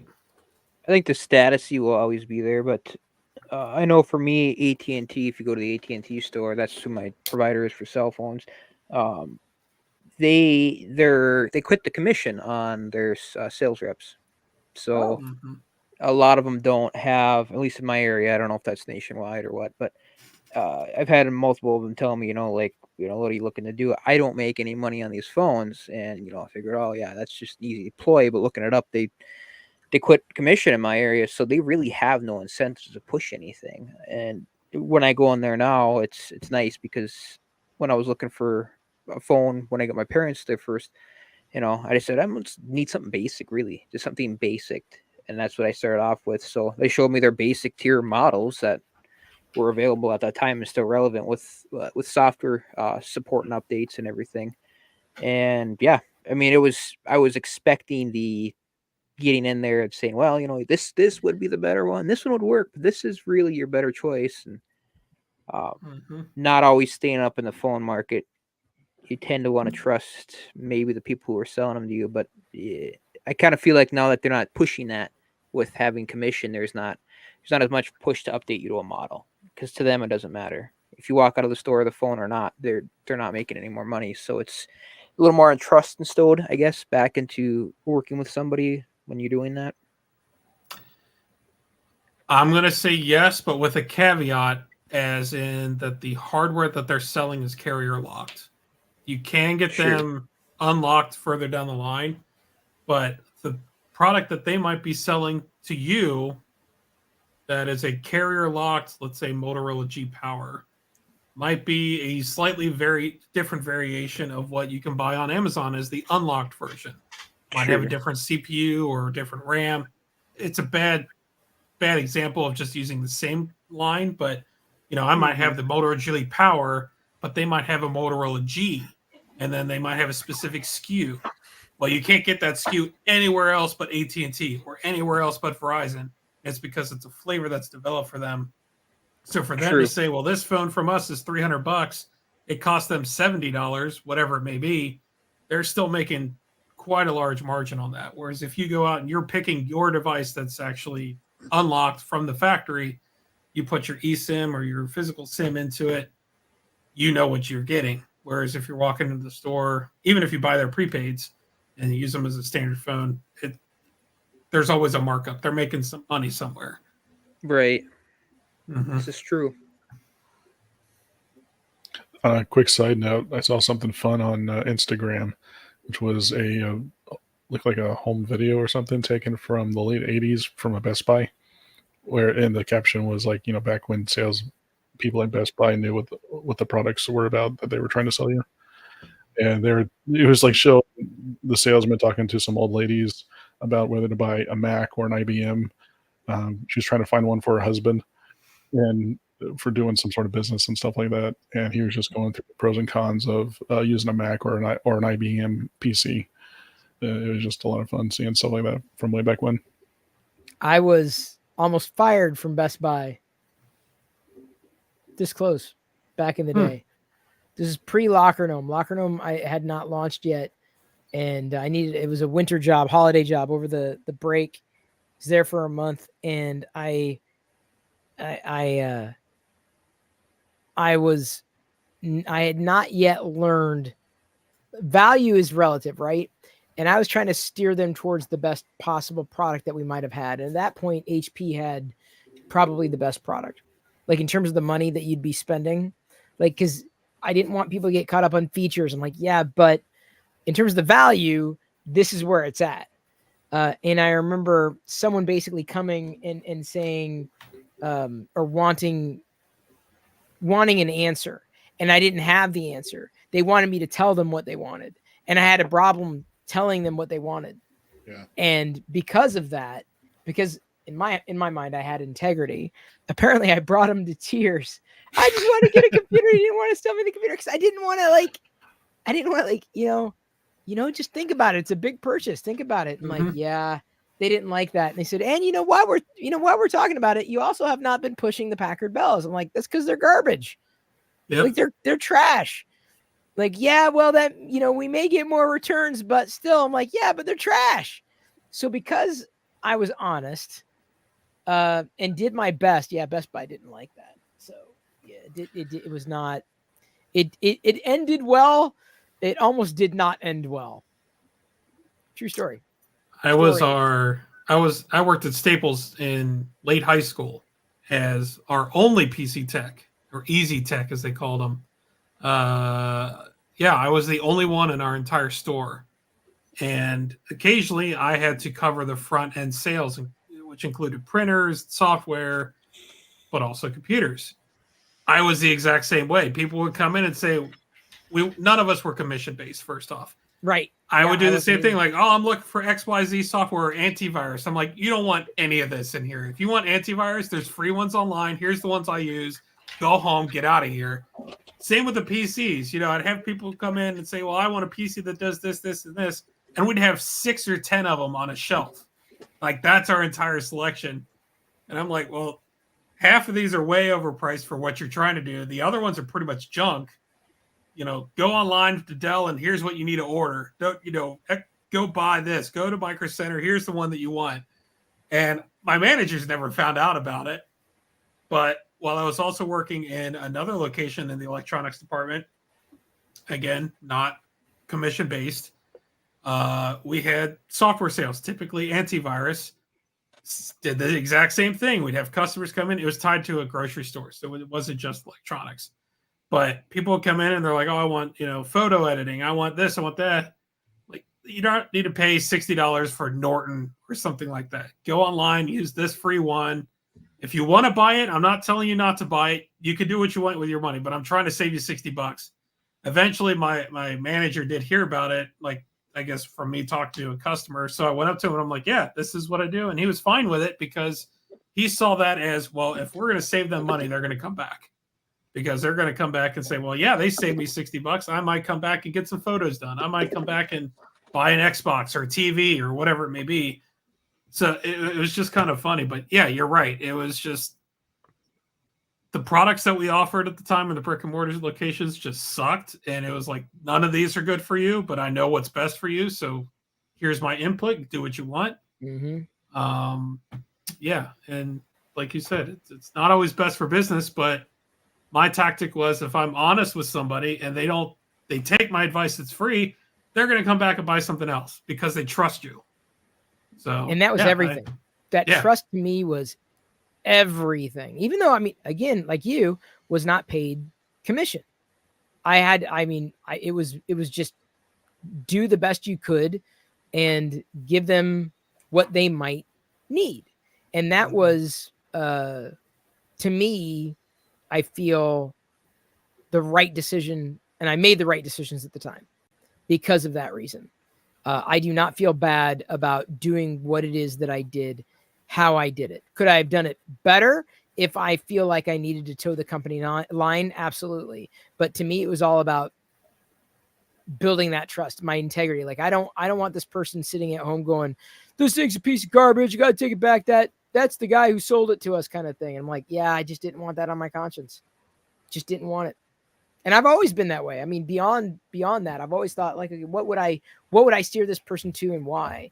And, not being on commission creates a separate, there are two different problems. You're not on commission, so you're not, paid to sell whatever, the highest margin.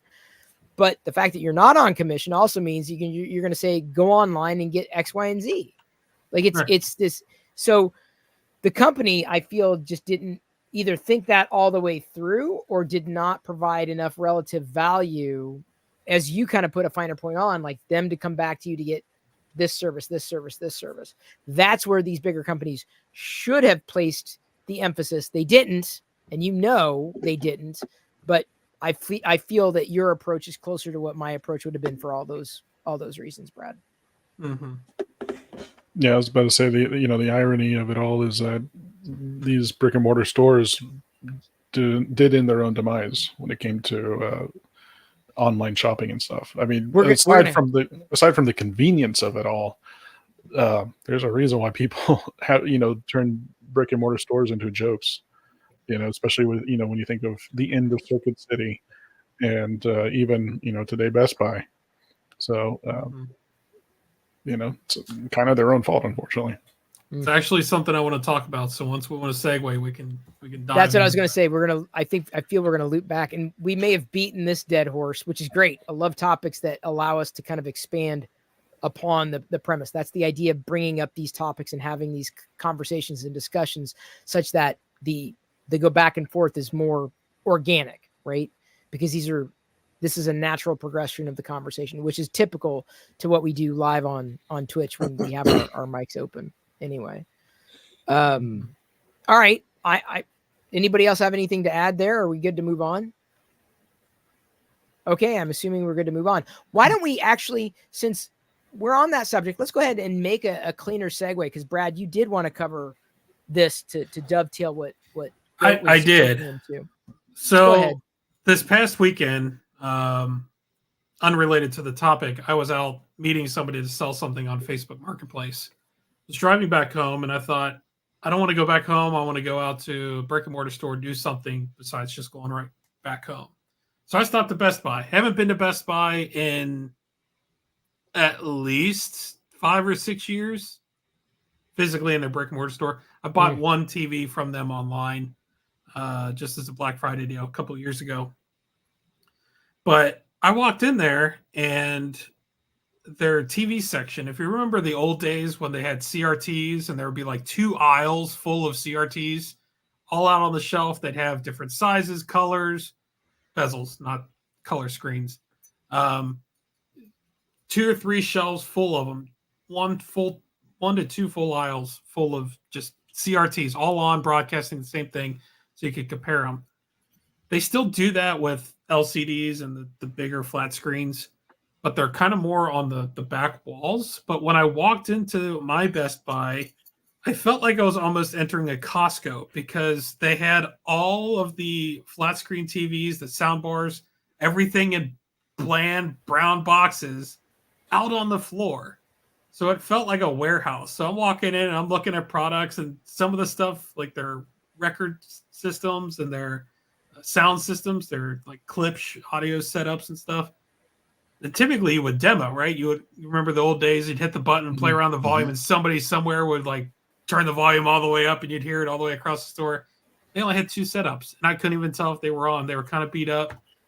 But I just felt like it was kind of run down, and it kind of took me by surprise, because I remember Best Buy kind of being a little bit invigorating. You go in, there was a lot of people on the floors, not so much pushy as trying to sell you stuff all the time, but somebody always seemed to be informed about what they were trying to cover in their planogram, trying to say, well, I own printers. If you have questions about printers, I'm your guy. When I walked in there this time, there was probably 5 workers. Their PC section felt really just boring. Their tablet section was basically non-existent. Their car audio area was still shoved way back in the corner. The TV section, again, I felt like I was in a Costco, just a sea of brown boxes.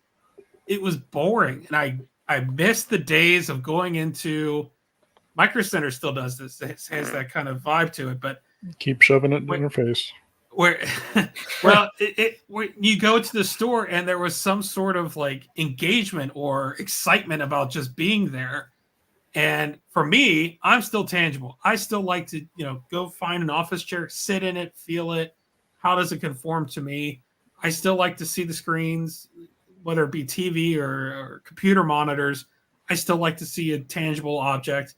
My keyboard, for example, Micro Center had a display version of it, so I could hear the keys click, see how it felt on my hands. All of that tangible stuff, it still drives sales.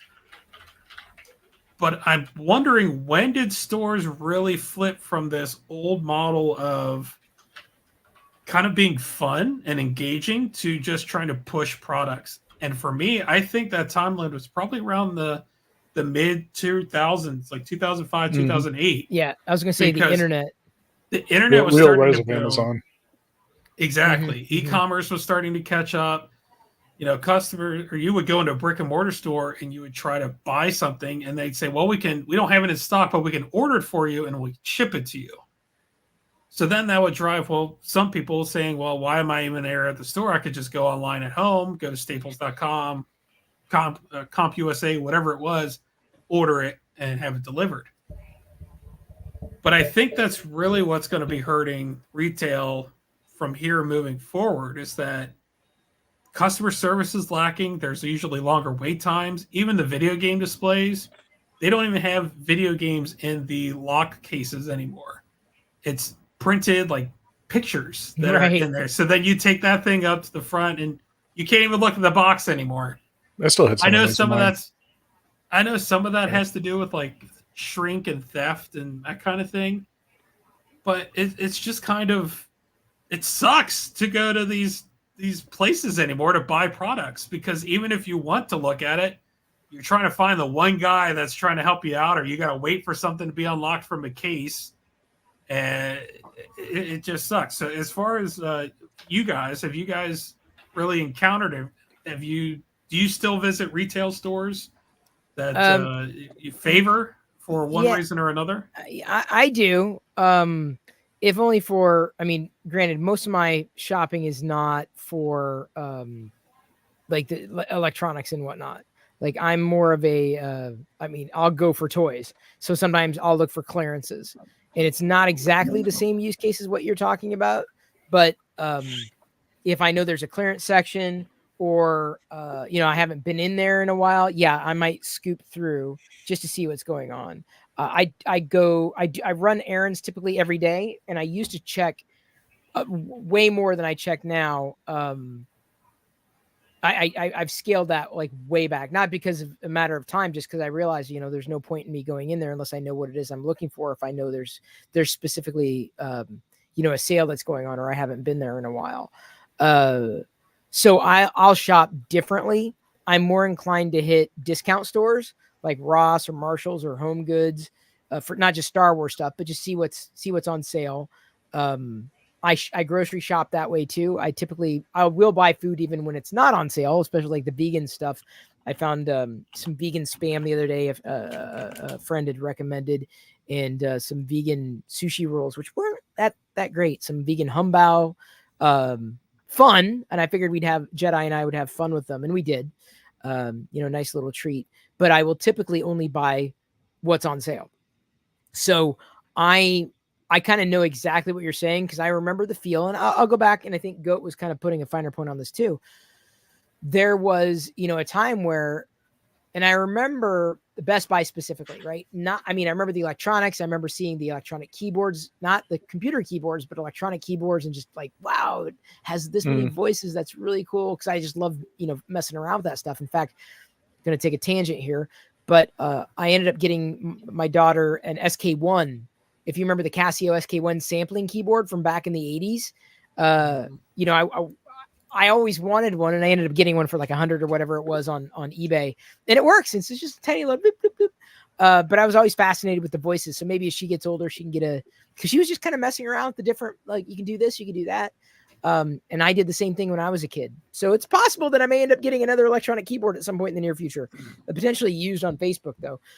But I remember an era where going to a Best Buy was exciting because you got to see the new albums, like music albums. Like, oh, is there, you know, I loved listening to this music. Is there a new album? I love this music. Is there a new album? So I loved browsing for new music at Best Buy.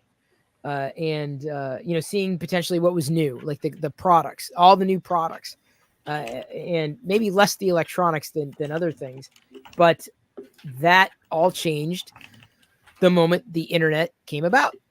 And the point clicky nature, it took me a while to get over that hump of saying, yeah, I don't need to see it in person. I still sometimes want to see and feel in person before making a decision. But I will say these days, more often than not, I don't, especially when money is not a concern or there's there's no saving of money online versus offline. I will go online just for a matter of convenience. Yeah, I remember those days very, very well. And that's how I shop today compared to the way I used to shop because of the internet. Bargains. I'm not sure if anybody else does things differently. I'd assume y'all do things differently. I still go into some stores. Like Walmart is usually my go-to, mostly for food and random things I need to pick up. But every once in a while, I'll check out something else that's over out there. Like you were talking about, so Best Buy, was that recent when you went in there? Yeah, it was this past Sunday, so yesterday. Okay. So, yeah, because I went into mine recently too. I think that's all from Black Friday. Trying to stock up on their stuff, and they didn't. I don't think they've sold TVs the way they have in the past for Black Friday. So I think that's all the excess that's sitting out there. If that's true, that was. Oh yeah, it was a lot of TVs. Like I'm talking probably 200 plus TVs of different makes and models. It may not be all of it. It may not be all of it, Yeah. but I think some of it was definitely Black Friday stock and stuff.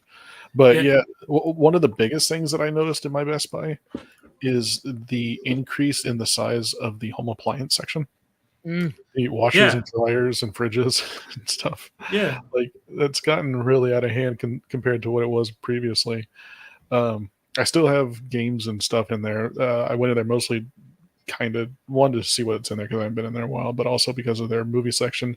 Best Buy is going to stop selling physical media. Yeah, physical media in store. They'll still do it online, I believe, but in store they're going to stop selling it.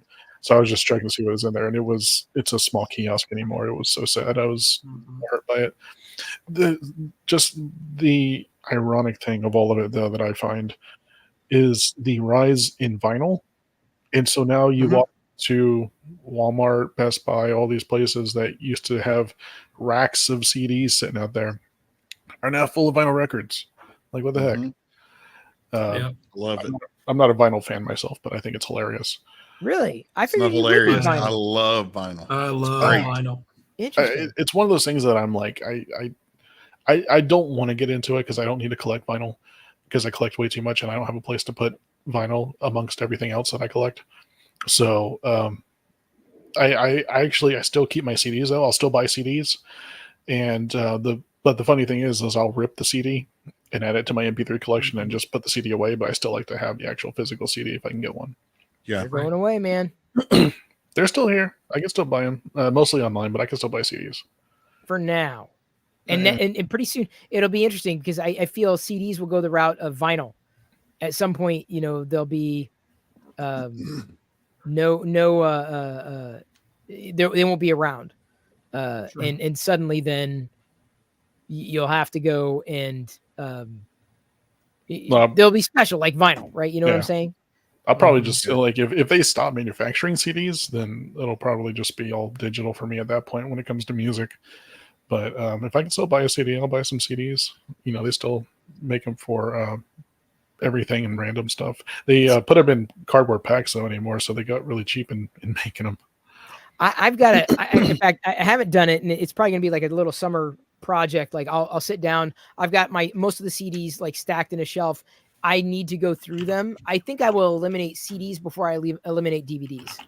I will go through and say, I'm never going to listen to this. I don't know what this album is. I don't know what this artist is. I've accrued so many over the years. I'm just going to, eliminate them wholesale. I'll hold on to DVDs though, because I'm like, oh, I mean, that movie, yeah, just to have that movie. But I can rent, or quote unquote, I rent music anyway. Having the physical media, the CD, is just not nearly as important as it used to be for me. Yeah, and it's not collectible.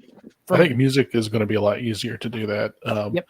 But when we look at streaming and video and movies and stuff like that, I'm the recent stuff that's happened with PlayStation regarding Discovery, I'm like, that just has me doubling down on going out and buying Blu-rays and stuff like that. Because I'm like, this is exactly why I do it and why I think physical media is important. Because they're taking, like, if anyone has actually bought have you heard about that, Chris? Do you know what's going on with that? But go ahead to expand on the story. I'm aware of it, but not everybody else might be. Yeah, so PlayStation, they lost the license to be able to show Discovery content, and that's like Discovery Channel, Travel Channel, things like that, Home and Garden.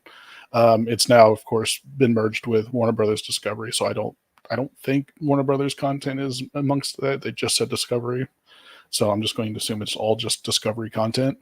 But they lost the license to be able to show it.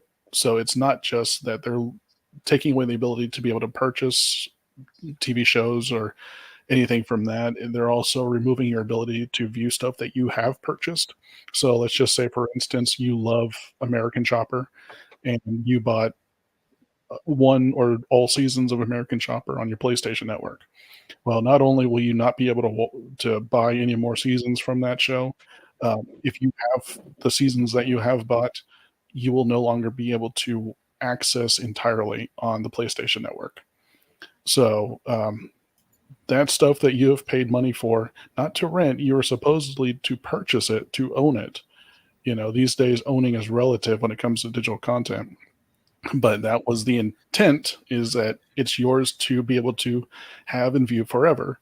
Well, they lost the ability to show it or hold it or whatever it is. So they also remove your ability to watch it even if you purchased it, which I think is wrong. I think if you have, even if it's a license, you've purchased that license. I mean, sure, take away the ability for people to buy, new, to buy new Discovery content. But if you have paid money to purchase it, you should be able to have access to that as long as the servers are standing. The PlayStation Network is still accessible. Steam, thankfully, has been like that. So they'll remove the ability to buy games on Steam, but if you have already bought it, you still have access to it. So I'm very thankful Steam has kept that intent. But this is not the first time stuff like this has happened. It will not be the last. But this, especially when it comes to movies and television shows, if I really love a television show, I'll probably buy it on disc. But especially movies and so forth, this really has me going like, yep, this is exactly why I buy physical media. Yeah, you hit the nail on the head. So with digital content that you're buying through any service, and Steam is a slight caveat to this, you're buying a viewing license. You're not buying the physical disc with that license tied to it. And I know I've talked about this before, but Final Space was one of those. Warner Brothers went through a transition with Discovery, and it was killed off for basically just trying to trim the fat. And they used it as a tax write-off, and the original creator wanted to continue the story, at least do a movie or something, and they pulled it off of Netflix, they pulled it off of Amazon, any digital format that you had purchased to stream it at any time that you owned, quote unquote, it was gone. Even if you owned it, you can no longer access it worldwide. It's even been pulled off of Netflix. The rights were pulled off here in the States first, and then I believe end of last month was Europe. So physically, there's no way for you to watch that show anymore unless you find things online or somebody that has the DVD or Blu-ray set.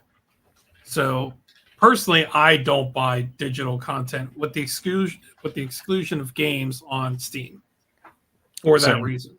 So I might buy some music, but games is primarily the only thing I buy. And it's only because if you're a PC gamer, you're not able to buy a physical copy of games.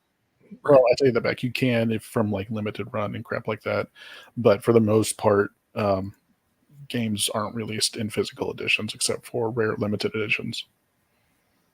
Yeah, and kind of touching on the vinyl aspect, I've got a couple local, semi-local vinyl stores that I go to, not on a regular basis, but every once in a while, and I'll go in. And I was born in '89, so I never went through the record store flipping vinyls, but I got to experience that now. I can go into the vinyl store with a cup of coffee or something, being there for an hour and a half, 2 hours, just flipping through vinyls, trying to find stuff.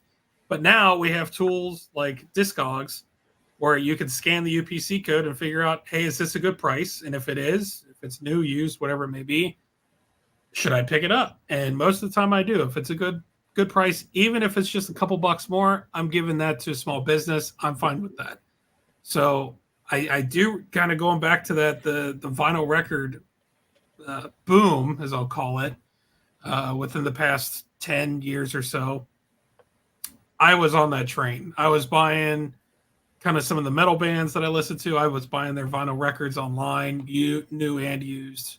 And when I worked in that retail store that I was talking about earlier, where I was not selling things to customers, we did sell, not a lot, but we did have CDs and DVDs and Blu-rays and that kind of thing. We didn't really sell a lot of music. And there was a portal, and I might have touched on this at one podcast, but there was a portal on our internal communications on our computers between stores and managers and that kind of thing. And I had put in there a statistic about how vinyl records are kind of making a slight comeback. We should really work with our vendors to try and maybe roll back how many CDs we're ordering because they didn't sell, and buy the vinyls, because the vinyls at the time were coming with digital download keys. So the people that wanted the CDs, they were paying the same price for the vinyl, but they were getting the digital download that they were going to put on their iPod or whatever it was at the time anyway. And it just worked. But I got so much flack by other stores and managers saying, oh, this will never work. Vinyl's been dead for years. We're not doing that. And these are just other managers or people kind of contemplating this. It's not the vendors that were involved at this point. But yet here we are. They're in Walmart. They're in Best Buy. They're all over online. Anybody that's anything from metal to pop to jazz to modern day, whatever. A lot of people have vinyls now. And it's kind of a marketing boom. For me, it's the art that you get with it, whether it be a gatefold or limited edition discs. I may talk about this just in another podcast, but there's a collectability about it. And that part's kind of the fun. It's the hunt for that. So, Glendon, I know you do quite a bit with vinyls as well. Yeah, I love it. It's therapeutic for me to be able to sit down and just put something on the turntable and get in my chair and then open up the gatefold of the vinyl and then go through the book that's with it, with the lyrics, and sometimes it's got stories or information and goes along with it. The pictures, it's I don't know, it's just the whole process of being able to see the physical media spin, and you have control over it with a tactile touch as opposed to pushing a button, and have it instantaneously. And I'll keep preaching this until I die, but the sound of vinyl to me trumps digital any day of the week, especially whenever you've got a correct setup to where you can benefit from the sounds that you can achieve from a vinyl record. But yeah, I'm right there with you. Physical all the way. For vinyl records any day of the week. I'm picturing Glendon at the last scene in Dazed and Confused. Yeah. I may have watched it once, but I totally forgot. The kid comes home and I won't bother with the lead up to it. But anyway, the kid comes home and it's like the sun is rising, and he goes into his room, puts on a record, puts his headphones on, and just like crashes onto the bed. Yep. It's just like end of the day type thing, you know. It's wow, this ride's over. Let's calm down now. So yeah. I enjoy it. I love it. That comment from Fred that was just posted, it's exactly what I was going to say. It playing vinyl. It at least forces you to, well, you can obviously skip tracks. You can clearly define where the tracks are. Yep. But it kind of forces you to at least play half an album at a time. Because you're with CDs, it's like, well, I really like this song. And you're going to put it in your CD player and you want to listen to that song. At least that's how it used to be. Nobody does that anymore. But with vinyl, it's like, well, I bought this song or this vinyl for this song or for these songs. I haven't heard these others. So you play the entire album, and then the entire album might grow, and you might actually find other songs that you like better than what you bought. Oh, yeah. Yeah, that's happened to me many times. Many times. Well, I mean, I do the same thing with CDs. You just make a conscious decision to continue listening to it. I mean, that's the same thing with vinyl, though, right? I mean, you can go to the next song if you want to, or go to wherever you want to go. Can. So it's the same thing with a disc. Yeah, and then there's more of an ease of use thing.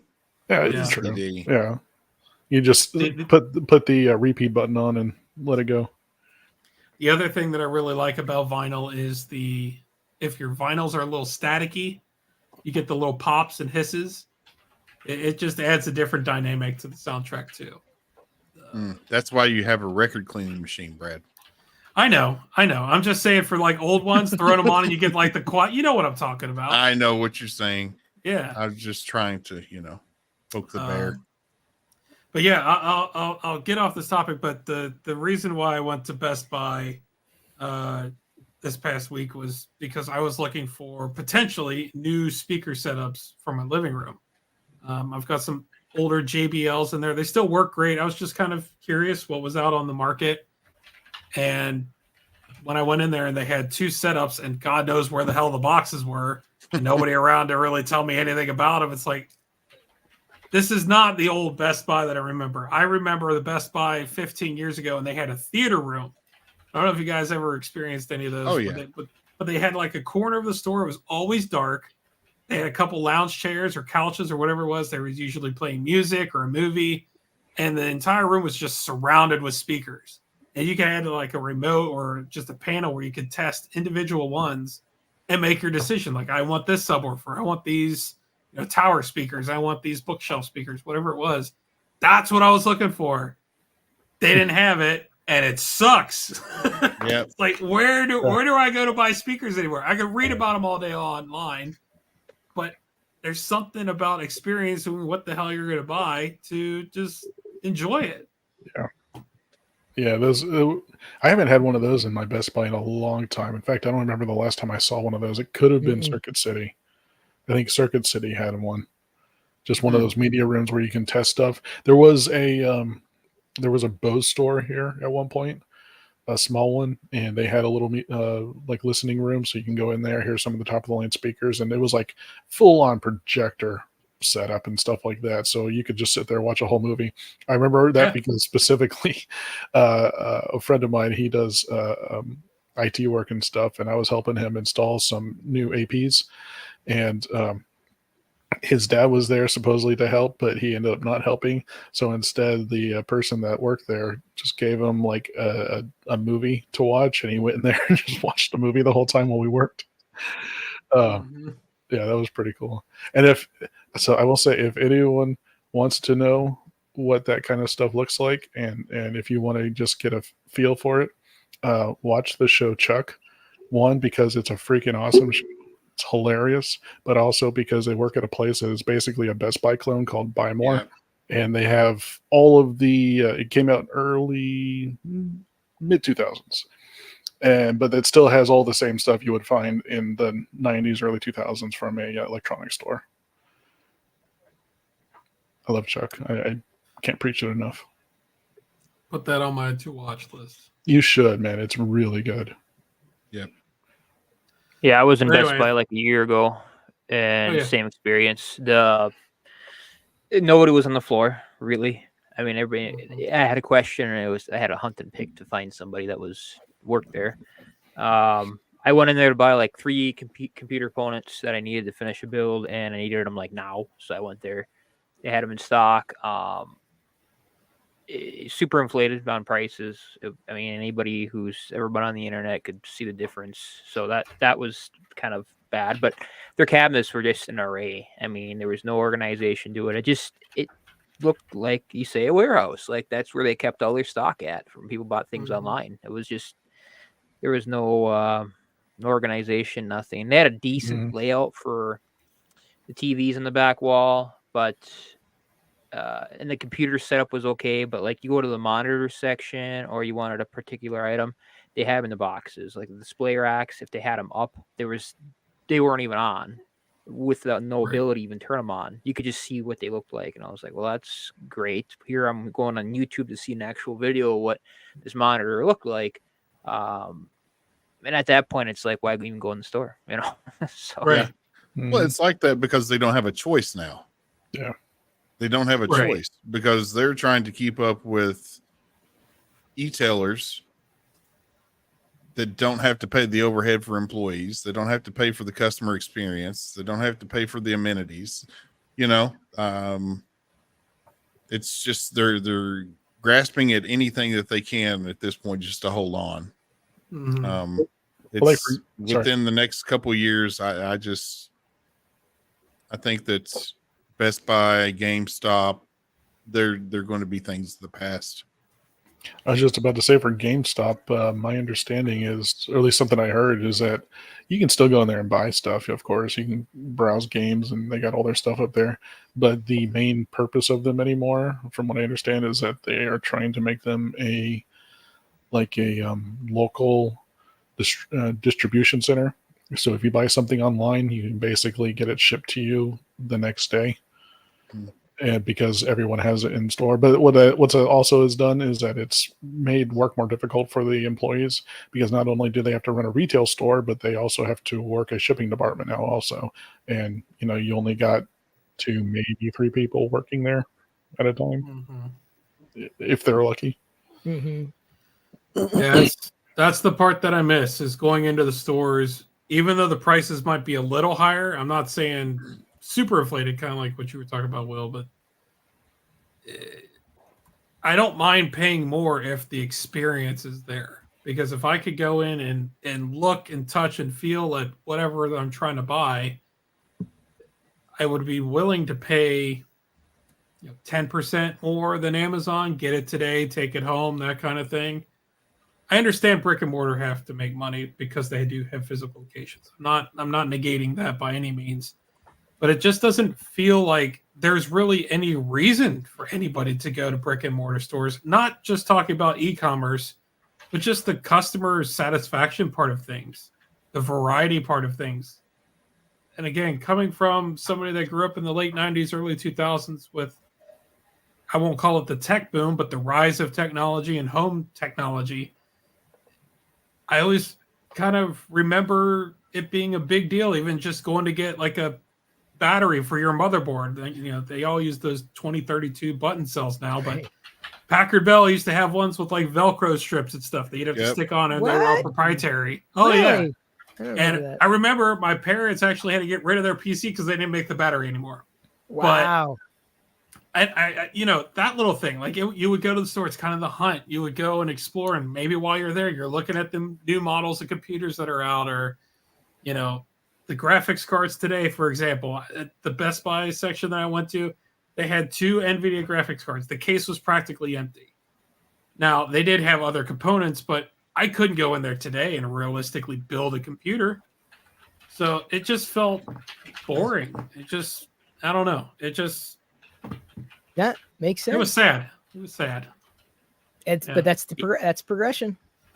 Yeah, that's what it is. I'll still go in the mom and pop shops and even spend the premium just for the experience on certain things. Like for example, I can do comic book ordering on any website really nowadays, but I'll actually go to the physical shop and I'll pay more just because they'll have all the issues in order. They just have that experience that I haven't experienced in a long time, and that's just recently for me. We've gotten a few up in our area, so that's the thing sorry.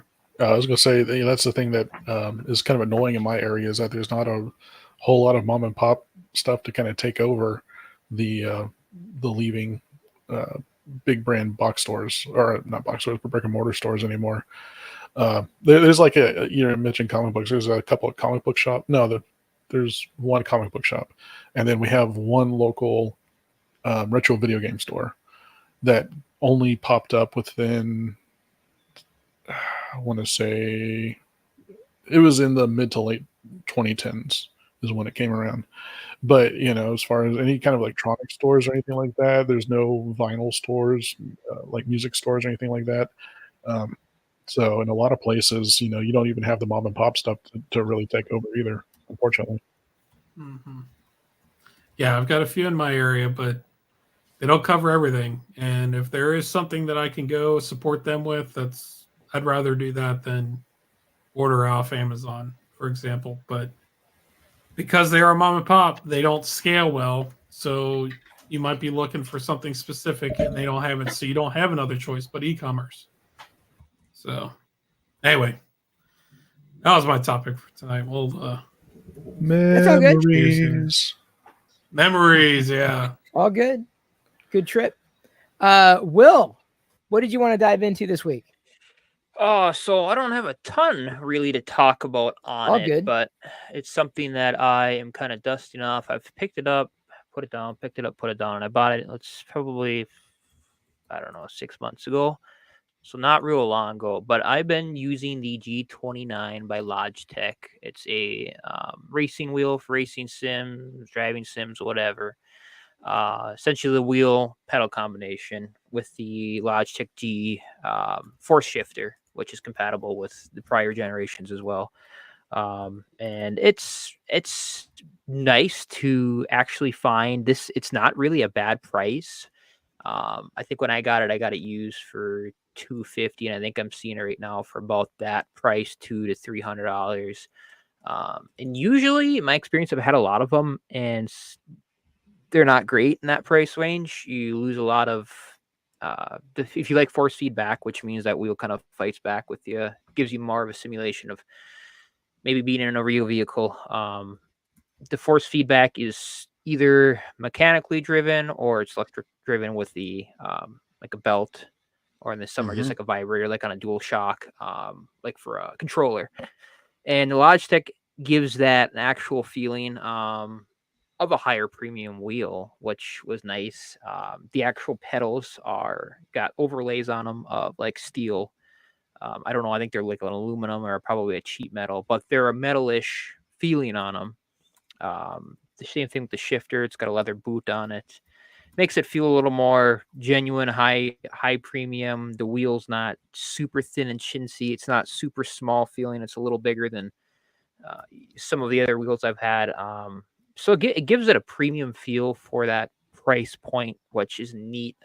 Thrustmaster has a lot out there that are very well built, but they come with a very high price, and depending on how much you use them. I used to have an actual sim setup where everything was bolted down. You had the chair and everything. And that experience was always nicer, but it's something I don't know if a lot of people do anymore or use. I guess I don't see a huge market for it, and I don't see a lot of continuing generations of new products of those coming out.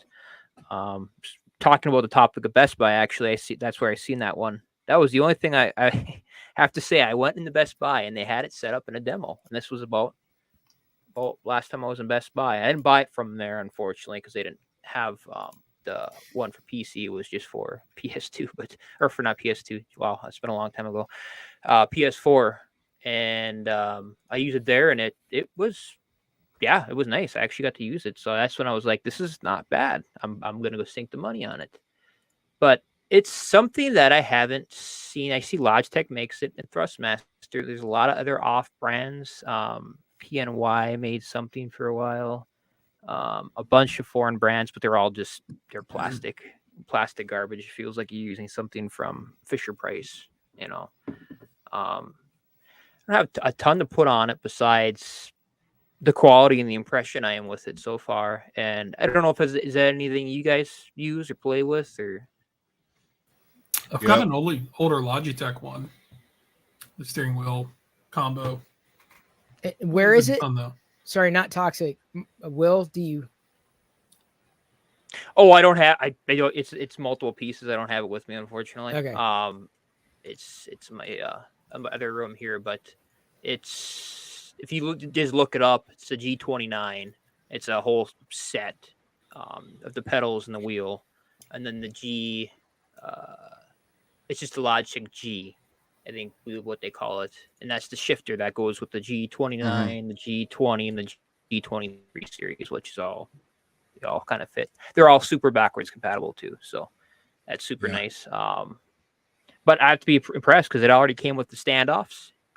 If you want to buy the actual, it's like a table where you can bolt in like a car seat, the wheel, everything. It's already got the standoffs, so a guy can bolt them right in, the pedals down, the steering wheel, the shifter. They also have the clamp module too, so you can clamp to a traditional desk. That's how I've been using it. It's not as good as a simulator, but I don't have quite the room I used to have for doing the whole sim setup. But yeah, it's the full package deal for just over $250. I think they have them on Amazon right now. So I considered doing a wheel years ago, but I don't play a whole lot of racing games. But they always did look really nice and looked like you probably could have. Well, actually, yeah, I was really curious if you'd have better control over the in-game vehicles than you would even a controller. I play a lot of Sims, so maybe Sims work better. I'm thinking something like Need for Speed or something. If the car is controlled as well as like say a regular vehicle, like our real vehicle, I should say. Pretty close. Yeah, they're close. The force feedback part is really what you go after. I've got an older Logitech Driving Force GT. It's at least 10 years old at this point. I bought mine. I think, Will, what you were talking about is they're around $200. At my work at the time, we dropped the price to sale price, and then they started going on clearance. And the stores, if they had 10 or less of an item that was on clearance, the managers or the person appointed to do the markdowns was allowed taking 10% off every week. So we actually had a couple of these back in the back corner. They were out on the floor still, but they actually got to 90% off. So then I stacked my employee discount on top of it. So I got one for like $15, and it was a ridiculous deal. So I went ahead and bought it. Yeah. But it was for the PlayStation 3 for Gran Turismo 5. Does that sound about right? But it's also backwards compatible with the PC. And same thing. I've only used it a few times. They're a bit bulky and clunky, and mine bolts to the desk, and it's fine. Like hooking it up, it's in your way. Yeah, there's a lot of wires. But as far as playing games with it, obviously you're limited to racing games and sims. But I think depending on what you can get one for, I'm looking at used ones here, sub $100 for gently used ones, still with the box. Mm-hmm. I think you could get some basic ones out there just for occasional use. There are certain games I played better with the wheel, but I wouldn't say it's perfect by any means. And I'm sure the ones today are way better than what I've got. But again, I don't want to invest that money because I'm not diehard into it. Yeah, there's. Oh, go ahead. I was just going to make a joke. I do have one racing wheel, and that is the Wii motion control wheel. You basically just put the controller in for Mario Kart. I have that. Yeah, I kind of see the demand has gone down. The price continues to go down as well. There's not a ton out there on the market. I would say that's heavily hyped for racing simulator games. Even some of the Need for Speeds, I would still prefer the controller over some of them because it doesn't give you that that same feeling. The only couple I use, I play a couple like American Truck Simulator, a few of those other simulator games where it really does come down to it being super authentic. I pair it with something called it's a software called Sim Dashboard, and it works with a tablet. And you could have a tablet there, and so you can sync all your gauges and switches and everything, so you can kind of create a cockpit, so to speak. And that's a free software you can use, and anybody that has a phone or tablet can sync up to it. No special stuff needed, but it's neat to see. There's a huge scene for it, but I think it's become a very niche market. A lot of upgrades people can do with tons of stuff, but yeah, I just kind of wanted to see the insight of what you guys had, and that was something I've been playing with the last few weeks here on and off. Bought it once, used it, loved it, and then I packed it away because it was bulky, and then I hadn't picked it back up. Now I picked it back up again. I'm kind of re-falling in love with my purchase from 6 months back. I love sim racing stuff. I've got it set up, and I just put 2 pictures in Cantina if you guys want to look at what I've got. I've got a triple monitor set up and an actual racing seat, and I use Thrustmaster peripherals. I want to upgrade to Fanatec and get their Club Sport series. That's where I want to go to next. But that's what I use right now is the TX Racing Wheel and the TH8RA shifter, the 3-pedal set. And it's extremely fun to play iRacing on. Well, that's super. That's a diehard setup there. I like that. That's nice. Yeah, that's cool. Micro Center's got a setup similar to this. It's got some of the Thrustmaster hardware on it. It's always intrigued me, but man, I don't know if I've got the space for something like that. It does take up some room. It's something for sure, but it's super fun. I had one like that, but I had a curved. It was a 46 curve that I used, just one single monitor. The 3 is definitely the way to go. And I did VR with it for a while. That was kind of neat. After about 40 minutes, it'd make me sick. But my wife, she can't even watch me sim race because she gets motion sick just watching it. She can't do it. I got her to sit down in the cockpit once, and she's like, "Nope, I'm out. I'm out of here." If you do like American Truck Simulator, they have head tracking, so you can buy a device like a webcam essentially, so you can track your head movements on the screen, and that's again super neat. But it's almost too real sometimes. Same thing. My wife, she'll come in and she'll see, even if I'm playing like Minecraft or something, the screen's moving around a lot. That quick movement is just she can't even watch it. So, but I don't have too much more to. Oh, go ahead. I was just going to say. I was thinking about. Sorry. No, when you were talking about the iRacing thing, a friend of mine, I don't think he's in chat anymore, but he was looking at that and noticed what is it, a NASCAR simulator type thing? Yeah. And people with those, like you know, talking about those setups that have the full panoramic screens and the force feedback controllers and stuff like that. I mean, it was really impressive, and they're making a freaking sport out of it. I'm like, holy crap. Oh yeah. You can't go in there and treat it like an arcade game because they'll kick you and you'll get red flagged and you'll have to set out laps for contact just like you would in a real race. So you have to take it seriously if you're wanting to do that. If you want to progress, because you get different tiers with like your license. You've got, A tier, B tier, C tier. So once you get up in tiers, that's whenever it really gets competitive. But you've got so many points. If you lose points because of wrecks or whatnot, then you get dropped back down to the other tier. Coincidentally, Thrustmaster was my nickname in college. Whoa. And we started. And here it is. Yeah, all right. We're off the rails now. Could have went all day without hearing that. A really good beer over there. Very good. Anything else to add before we pop the goat? I'm good.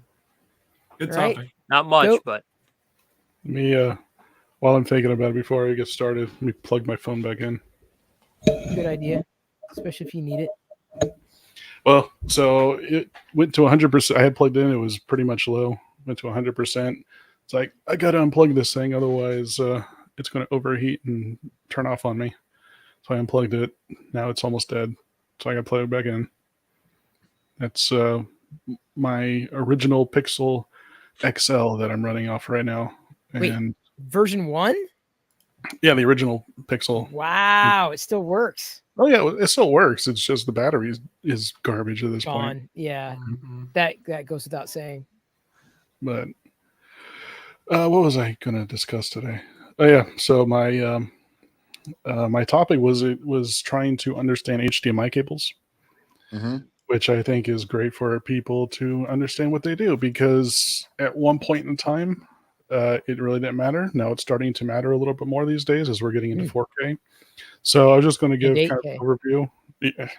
Jeez, 8K. Just saying. We don't need 8K. Yes, we do. Oh, that'll be another argument for another day. I think I did. I saw an 8K screen at Best Buy when I was there. It caught my eye, and I went over and was like, all right, let me see what an 8K screen actually looks like. And I have to admit, it's like looking through a window. Yeah, it is. The clarity and the sharpness and the detail is like, holy crap. I mean, I get it. It looks good. I will say though, like, just on a side note, like, especially for movies, like, yes, the movies can look pretty, but I don't think every movie needs to be in such high quality, because half the time it just looks weird anymore. So I don't know. It kind of depends on the movie too, but I have noticed that I had, not that I watch 4K regularly, but the little bit that I've seen, sometimes things look a little off. Like, it's great for live sports, but recorded stuff it's not necessarily meant for. I don't know. Yeah. On that. I won't dive too deep into this because I don't want to steer the conversation away from what you originally wanted to talk about. But my issue with 1080p, 4K, and 8K is they switched I'll call it a marketing term. So 1080p was 1080 pixels vertical. 4K, to people that have bought TVs over the years, they've always associated that number with that vertical number. It's now the horizontal number, and it's not truly 4,000 pixels. So 4K is actually 2160 vertical, and 8K is truly 4,320. So if you're going by marketing numbers, 4K is 2K and 8K is 4K. Okay. It's not confusing. Okay. So I don't like how they switch those numbers, because everyone's like, oh, look at 4K. Yeah. Anyway. That's reasonable. Yeah, that deserves a topic discussion all on its own. That's what honestly. I'm saying. It probably does. Yeah. So I don't have any visuals here for you guys, because I was thinking, getting some cables at some point, but I didn't even think to do that today. So, so just kind of understanding what HDMI is for. And of course, we use it for audio and video these days. It really kind of replaced what we used beforehand, which was all analog. And I kind of get into the differences between why analog versus digital matters. But, we went before from using the RCA cables, which were the colored ones that you would just plug in. Initially, you had composite cables, which was you had a single yellow cable that you'd plug into your TV for your video, and then you have a red and yellow one, which was your left and right for audio, so you can get stereo audio out of that. And they worked well for ages. And then they upped it for component cables, which was strictly video. So you would have red, blue, and green cables that you would plug into your display. You would still have separate cables for audio, which would normally be your left and right stereo channels, the red and white ones. And so, I mean, that's how we used it for so many years. The great thing about component is that it is technically HD. You can get 720p out of it, which is 1080i. Yeah, you can get that. So those are the bottom tier of HD, but technically it is HD. Right. I mean, it worked great for the Xbox 360. had that on there. So if you had a HD compatible television, you can plug those in, get technically an HD signal out of it, and it looked really good too. But today we use HDMI for everything. It has audio and video going through it. So it's very convenient to just have one cable that you plug into your source and then one into your television. Those HDMI cables come in generally 3 flavors these days. You have your standard size, which is the one you normally plug into your television screen. So it's not very big itself, about yay big, yay wide, something like that. So it's not very big. But they do come in even smaller sizes than that. The mini size, or you even have a micro size. I had a HDMI mini on an old Android tablet, had a mini HDMI output on there. So you might find those on mobile devices and stuff like that. Even some laptops used to have them. I think now they have full-size HDMI. Glendon, you might know a little bit more on that than I do. They have both. Some of the tablets, Microsoft Surface tablets, had a mini HDMI on them, and then a mini display port as well. That might have been what I had it on. Was on. Yeah, I think you're right. That's exactly what I had it on. Not my Android, but my Surface had the HDMI mini on it. So I mean, it's the exact same thing as your regular HDMI, is just in a smaller form factor. So it's not like you're losing anything by having a smaller connection. But so it's the same thing. It's Type A is your original one. There is, Glendon, I don't know how much you know on this. I saw it very briefly. There is a Type B that is not in use for anything. I forget. Right. Yeah. It's been a while since I looked over this information. I don't know what that one was for. I think it was primarily for audio for the Type B. I'm not sure. And again, don't quote me on that. Yeah. But I'm not sure what the B is for. I'm not too familiar with it. I put this outline together a few weeks ago, so I've kind of forgotten some of the stuff I looked over. But there is a Type B that does exist, but it's not in use really. The Type C is the mini one. Type D is micro. So those are just your different sizes. They are the exact same thing. They all do the exact same thing. Nothing is lost in between them. They're just one connection is smaller than the other. But so then it begs us the question of, are all these cables the same? And this is where the meat of this comes from, because it's a yes and no answer to that. Before, not too terribly long before, when we look at HDMI, we could pretty much say they all kind of were the same. Now, I should rephrase that, because that's not true at all. Okay. No, it is true. Well, okay. So what I'm going at. So before, we were talking about big box retail stores like Best Buy. You go in there, you buy the TV, and when you saw the analog cables, they would try to upsell you, saying like, "Oh, you need this big fat monster cable with the gold-plated connectors." Gold-plated, yeah, to be able to get the best connection you really can get on this. That was kind of true. It's for the average user, it probably didn't mean anything. If you're running over long distances, if you have some heavy electrical interference that the cable is going to run next to, say an air conditioner or a refrigerator, something, but again, that's going to be like you're running it on a long distance for some weird reason. It's the only reason that really would have held anything, shielding, stuff like that.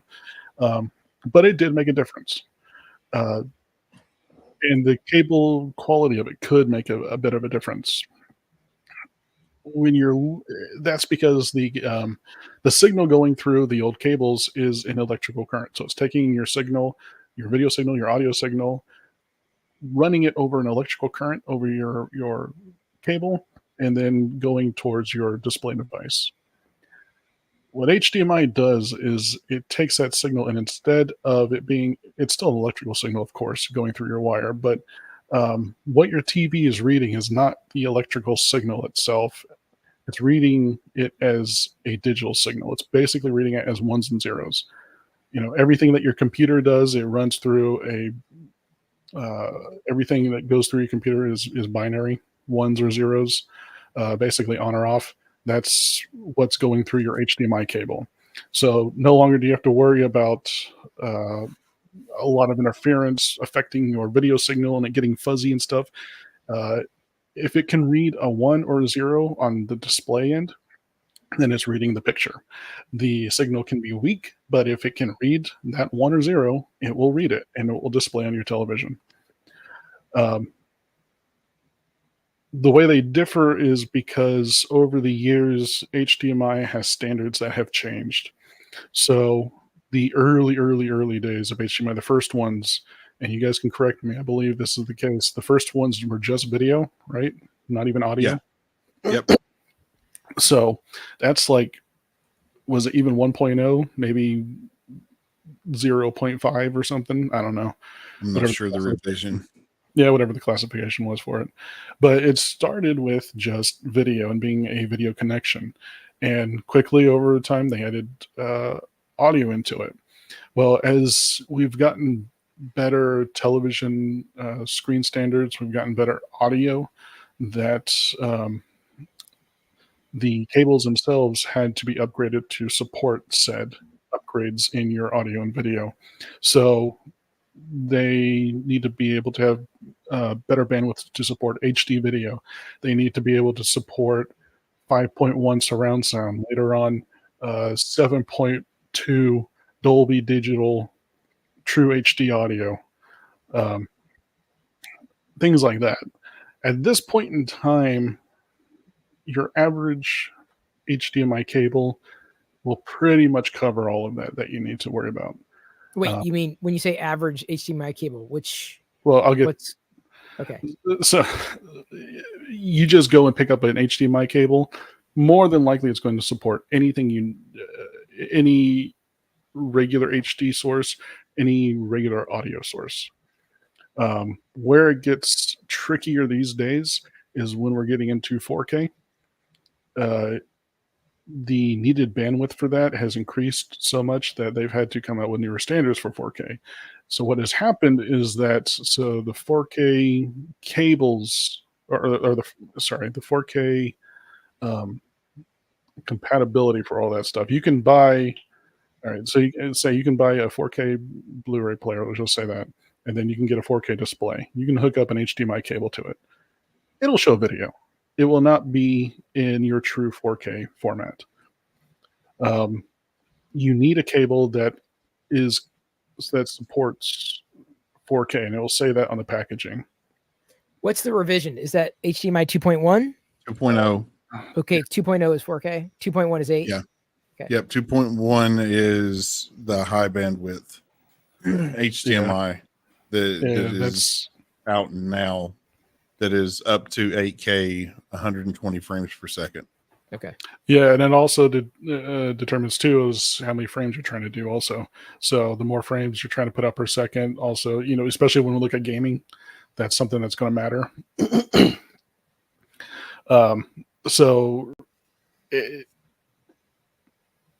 The reason why a cable wouldn't matter is because going back to the upselling, people say you need this cable with the gold plated and all that junk on it.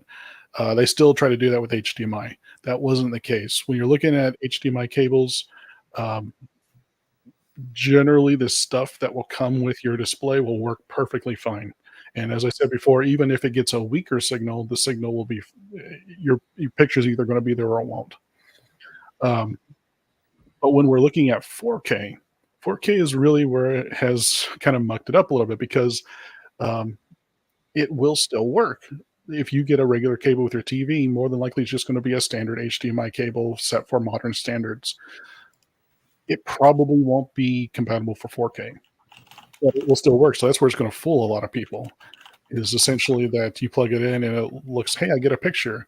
The problem is you're not getting that true 4K picture, whether you're getting it from streaming, whether you're getting it from a 4K player, even for video games, which is what most people will probably try to do it these days for. So that ends up coming in for what kind of packaging is on there. And I'll be honest, I kind of forgot most of the details when it comes to the packaging. but there are standards for it. Glendon helped me out. HDMI, there is an HDMI standard that you can see on packaging, and if it's there, Correct. That's exactly what you want to find. Wait, what? Right. Now, HDMI 1.4 was basically the iteration that was used forever. That was for 1080p, 60 frames per second, and surround sound audio. Right. Now, if you want all of that in 4K, you're going to need an HDMI 2.0, 2.1. Probably 2.1 will give you low frame rates, but you can barely get by getting 4K with a 2.0. Right. You can get by with 4K and at a 2.0. Now, you're not going to get your HDR. Yeah, and HDR you're not going to get your Dolby Atmos. So any of the really high grade audio and video options that you are hoping to get from 4K will not be compatible with a 2.0 cable. Right. It'll still work. It'll give you the visuals, but you're going to be bottlenecked because you don't have the bandwidth to do all of the above on revision 2.0. You want that 2.1 cable. Which I believe like I said, that's kind of where the confusion would come in for most people, is that I think previously the older cables, if it wasn't compatible with, say, HD that just came out at the time, you weren't getting anything, right? Would it even play any video, Glendon? Yeah, it would still play it. Okay. Yeah. Okay. So I was under the impression that it would not even play anything on there, but it would still play video. But it's easier to distinguish HD versus SD content. Oh yeah, much easier. May not be, especially when we're considering the size of the TV, which is not something that we've really discussed when it comes to 4K content. The size of the TV makes a huge difference, because if you got it under a certain size, that 4K content, you are not going to be able to tell the difference. I don't care who you are. Nope. Between it all comes down to pixel density and the size of the display. So if you don't have, or if you're just scraping by with the size of the TV, like you got just the smallest one you can get, where you can really actually kind of tell there's some 4K content on there, having the wrong cable, you're probably not going to know that you have the wrong cable, because it's just barely going to be there.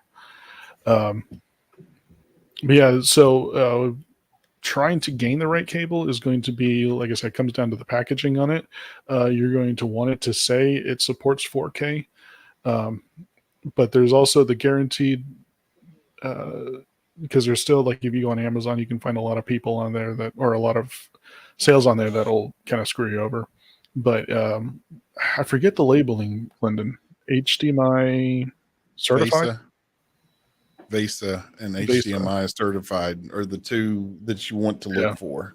Yeah, I think so. Yeah, so the HDMI certified, you see it in a nice seal of approval type deal. If it's on there and it says it supports 4K, then it should, because to get that certification, those cables actually have been tested by the proper people. So, right, yeah, they have to pay to use HDMI. Yeah, it's not just something that you can just make a cable and throw it out there. It has to be verified and meet their requirements. Certifications. You're correct, Goat. Yep. Yeah. So that'll help you in terms of finding the right, making sure that you have the right 4K cable. Now, again, for most of us, well, I won't say most of us, because I don't really know how many people actually are using 4K out there. But for a large majority of people, if you're just using a 1080p television, whether you're watching movies, playing games, streaming, especially streaming, because honestly, as Toxic pointed out in a previous video, you're not really getting real 4K out of that. But most of the regular cables that you find out there are fine, because you really can't find anything brand new that's going to be under supported. So I think you'd really have to try to look for it. Or if you just have a drawer full of cables and you don't know what they do, that's probably the best way to be able to get an older cable. But for most of us, it's going to be fine. If you're thinking in terms of what cables used to be, how I'm really going to need it shielded. I'm really going to have this gold connector on there. I'm really going to have to make sure there's no interference, stuff like that. That's not necessary with HDMI. HDMI is a digital platform that is, as long as the information gets from one side to the other intact, and it can be read, then it will be read and it'll be on your TV.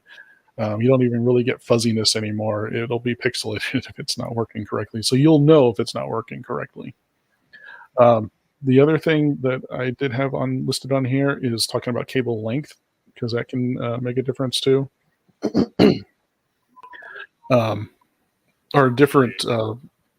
I guess we don't have to really go over this if you guys don't want to, but it was just an additional addendum to it, talking about cable length, cable types, and what they matter to people. If you guys want to go over that, we can. Yeah, I mean, we might as well cover length. I know CNIP was mentioning it in chat too. Okay. Yeah, I've got some points too, but go ahead.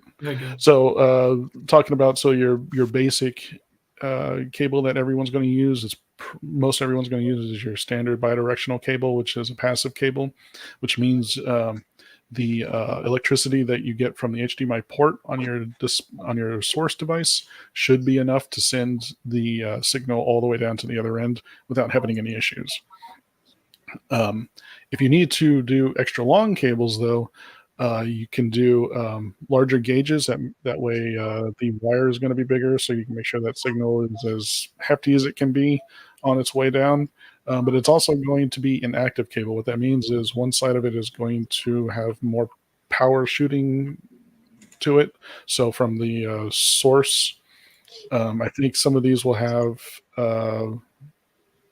I think there's some additional power. I forget what it is now, but maybe some additional power that's built into the end of the cable on the source side. Glendon, am I right on that? Yeah, you can. The thing is for 4K, you don't want your HDMI cord to exceed 10 feet.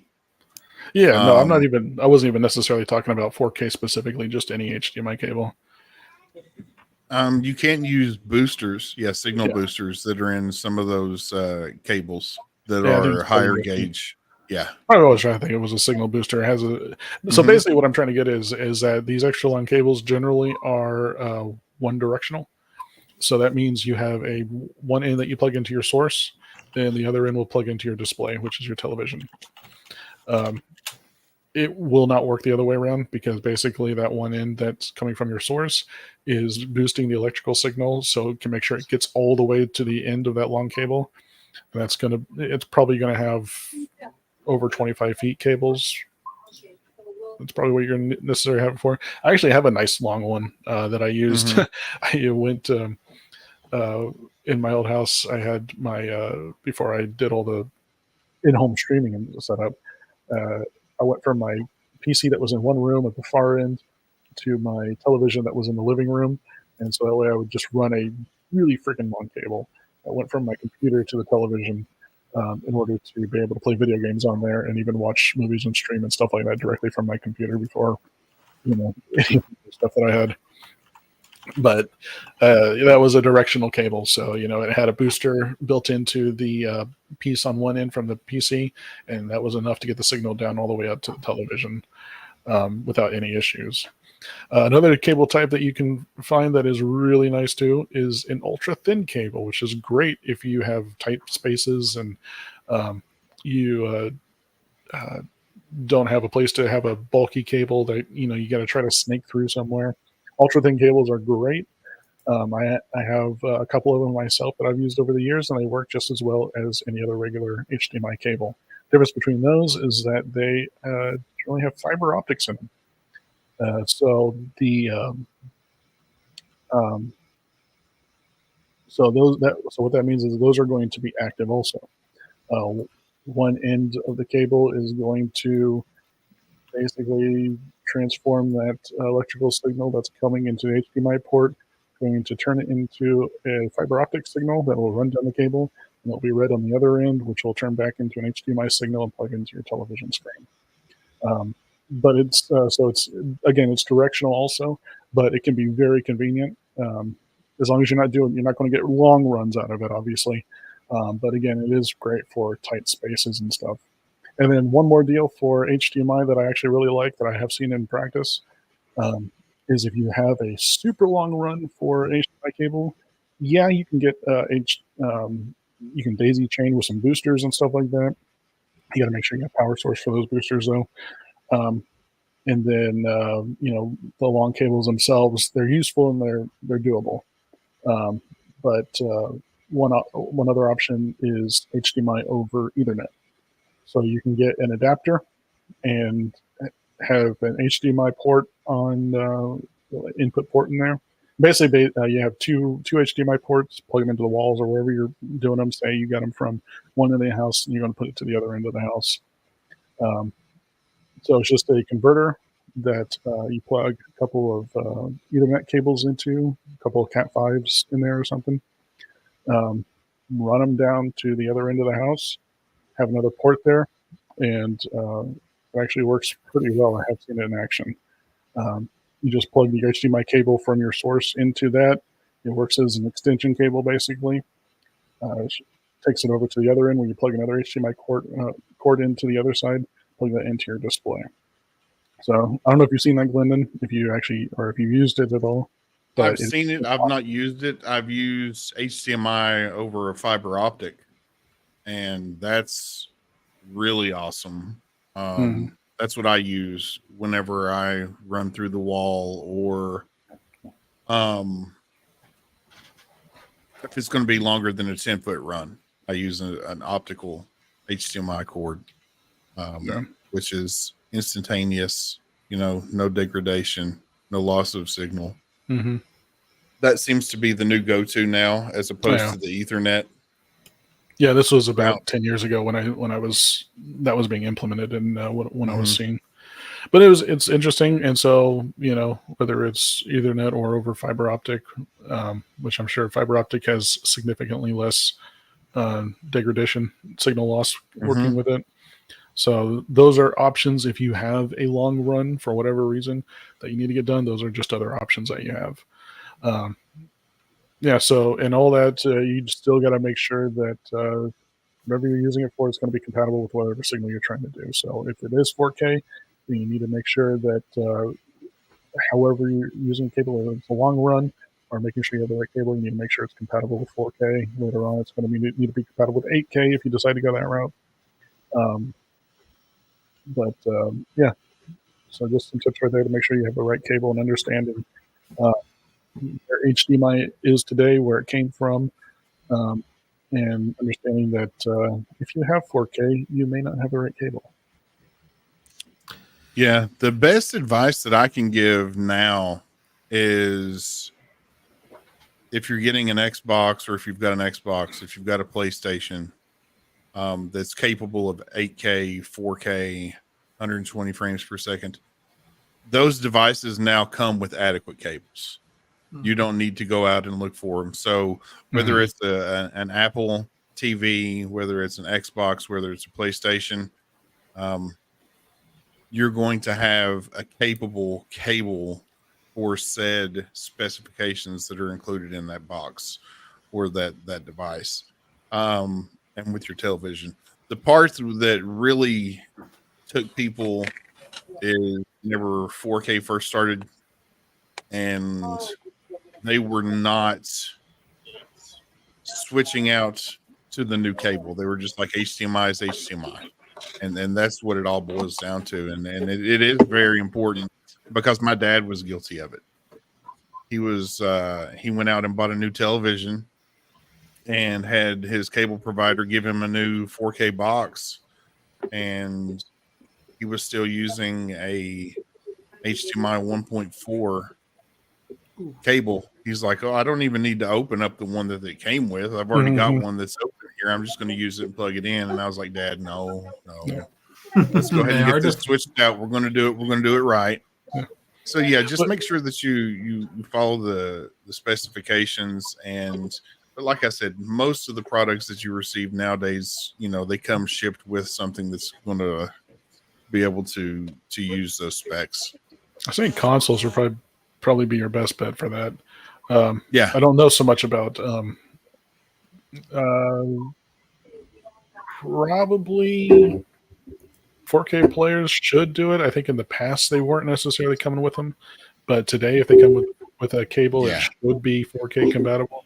Yeah. One of the things that made me think about this too is I got a text from a friend of mine probably this summer, asking me if he needed a special cable for 4K, because I guess he just got some 4K stuff. And he was asking me, do I actually need a separate cable for it? And I was like, well, yeah, you kind of do if you really want 4K compatibility with it. So that's what really kind of got me thinking about it. I had another thing I was thinking of too. I've already forgotten about it, what I was going to say.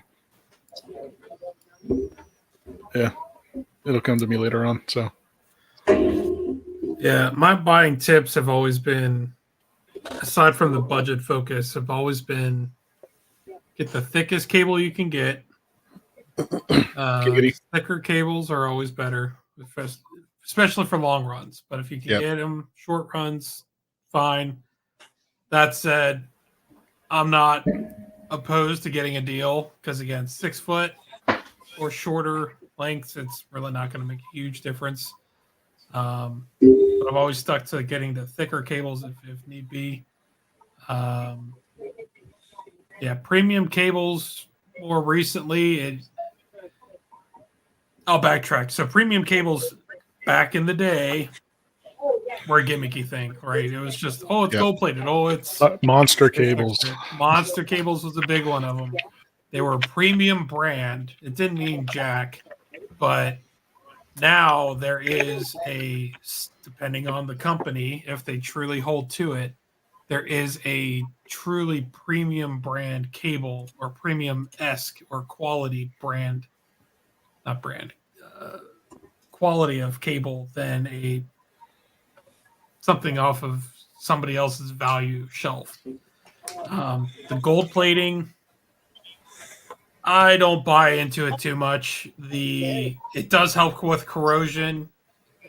Conductivity, not so much. Not on the level that we're talking about, but it made a difference back in the day when it was an electrical signal going through the cable. But these days, when it's just a digital signal, it really doesn't matter that much. Yeah, the gold plating really doesn't mean anything other than corrosion. It's the pins that you really got to worry about because those will corrode. They're a much finer contact. The outside is ground. As long as that at some point it's making contact with that, it's going to go through. And then the components, which I think you touched on, was how the cable was made. So there are steel cables, which are pretty much garbage. There's copper-coated steel, which are still garbage. And then there's copper, which is kind of what you would want to go for as far as the grand scheme of things, what you would get as a standard cable. Of course, now we're talking about fiber optics and stuff like that, but get a thick cable, copper, with or without gold plating, you're fine. You'd be good to go. Just make sure if you get a brand new 4K or 8K TV, get yourself a new HDMI cable. Or at least use the one that came with it. Yeah. If it comes with one, Don't pull out that one that was $10, 37,000 years ago. Still sitting in a drawer somewhere. I was thinking my original point with all this was that it's not to say that people are dumb, but people are ill-informed when it comes to technology most of the time. It can be very confusing, especially when 4K came out. I mean, they tried to rebrand it as UHD to prevent from confusing people, and I think that just confused them a little bit more. But it's like what you're talking about with your dad, Glendon. People look at it, it's like, well, it works, so why does it matter? Well, you just bought this new device. You want to get the most out of it. You got to use the instruments that will make it, will take it to its max potential.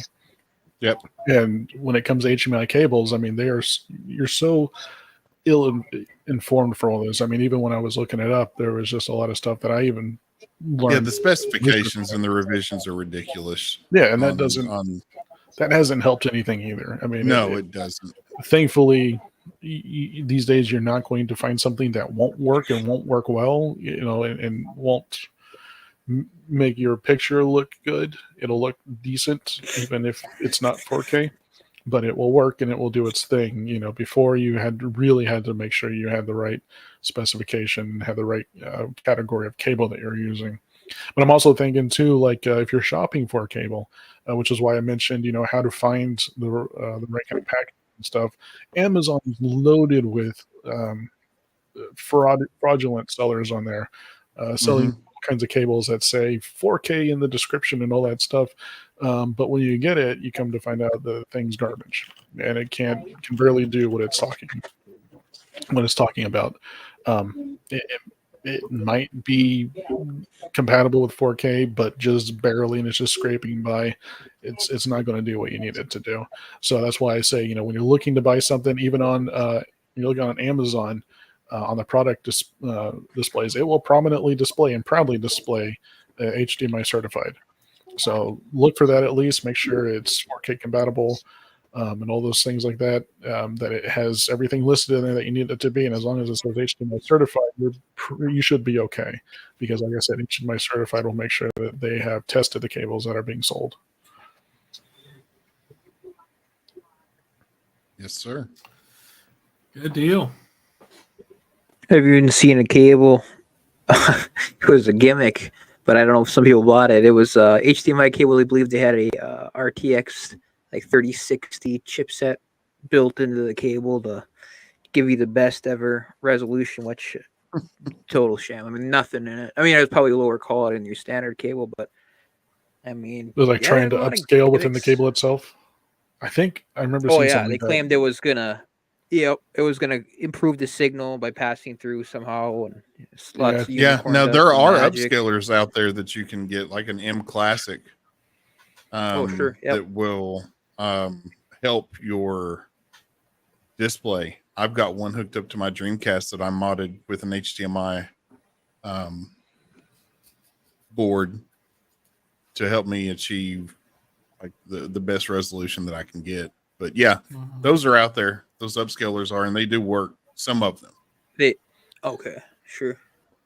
And Cena corrected. Well, you kind of corrected me because I did correct myself earlier on talking about digital signal still electrical, because it's still an electrical signal going over a wire. But it's analog versus digital. So if you're looking at the old plugins versus what you got going through an HDMI port, still got electricity moving through the wire, but it's how it's read is significantly different. Correct. Thanks, Cena. Jeez.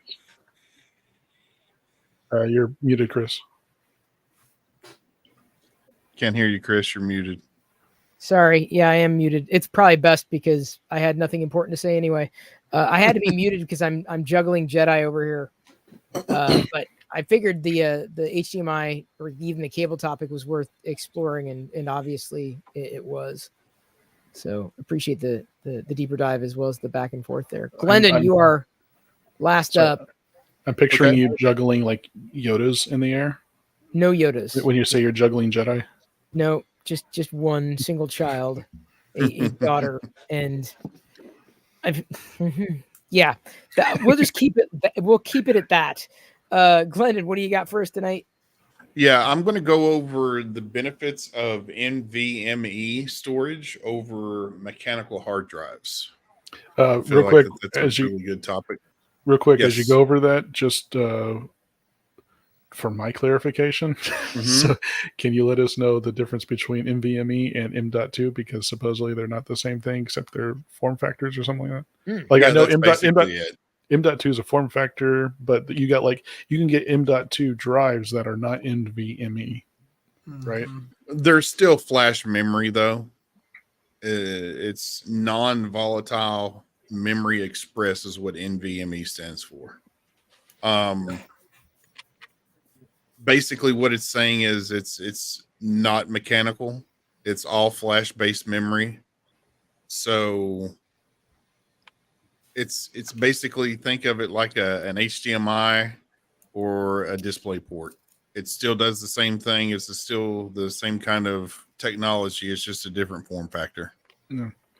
I've seen when looking at some of those drives and stuff more recently, I even again saw something that said this is M.2, this is not NVMe, and I'm like, I kind of understand, but I get confused on that real easily because I just haven't done a ton of research into that.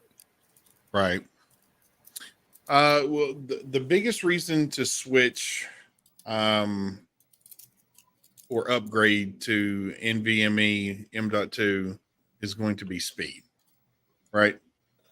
Number one. And that's the best way that you can upgrade any computer, in my opinion, that's on the cusp of being modern day, is check the memory and check the storage, right? Those are the two things that you're going to check first for me.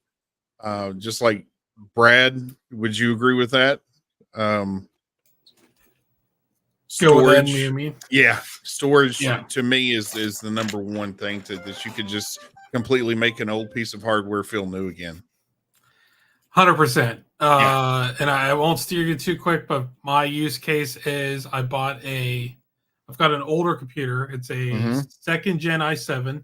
Yep. Obviously does not have an M.2 slot in it, but you can buy a PCI board or a PCI expansion board that'll put on 1 or 2 M.2 drives into it. And because it's right into the PCI lanes and it's still second gen, it's still really fast. Now you can't boot from it because the BIOS doesn't recognize it. But once you're into Windows, it's great as a game drive or storage. Yep, exactly. Bang for buck if you're using a NAS or something like that, a network attached storage. Hard disks, which you're going to drive into as well, or mechanical drives, those are still bang for buck, the best. But as far as usability every day, NVMe for sure. Yeah. Like I said, speed number one. That's the biggest factor for me because they use flash memory, like I mentioned previously, instead of a spinning disk. It's not a physical media. You don't have a platter in there. You don't have spinning at 7,200 RPMs. Yeah, it physically has to move something in order to read it versus just read. Yeah, so think of it like an SD card, how quickly you can get memory or load from an SD card. That's basically it on a larger scale. It's flash memory. It's more reliable than an HDD, than a hard disk drive, because like I said, they have no moving parts. It means that they're less likely to fail due to physical damage or wear and tear over time, because you don't have those physical moving parts that are, going to degrade over time. It's great for gaming. It's great for video editing because you can scrub through in real time with this flash memory as opposed to a physical hard drive. And if I'm not mistaken, I think that the fastest that's out now can go up to 7 gigabytes per second. Is that correct, Brad? Is that where we're at now? Right. I think that's where we're at. Just a little over that. Yeah. NVMe is zippy stupid fast. Yeah, you're exactly right. 7 gigabytes per second. I think that's around where we're at now. So speed and reliability, in my opinion, are the two biggest factors. The next thing could be energy efficiency that you could worry about. NVMe SSDs are more energy efficient than hard drives because they use less power and they operate cooler temperatures and lead to lower energy costs. And they can last you a lifespan of a computer if you have adequate cooling, right? So you will see some NVMe drives or M.2s now have heat sinks on them to help dissipate that heat from that flash memory because they're moving at ridiculous speeds. Yeah. I'll let you get into the mechanical stuff, but I do have a prop. Yep. Because I did open one up years ago, and I keep this up on my shelf. So this is... I love the look of those. I know. They look so good. So this is what the internal of a mechanical hard drive is. So this is your platter. Usually there could be one or multiple of these stacked. This is obviously your wiper arm. Yep. Get this so it's not reflective.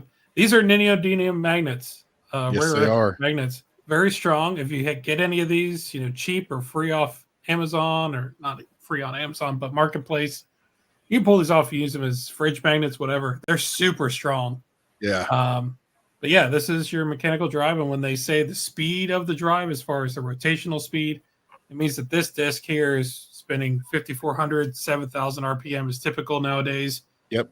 Back in the late 2000s, do you guys remember the Western Digital black drives or 10,000? Digital black. Yes. Or Barely. Barracudas.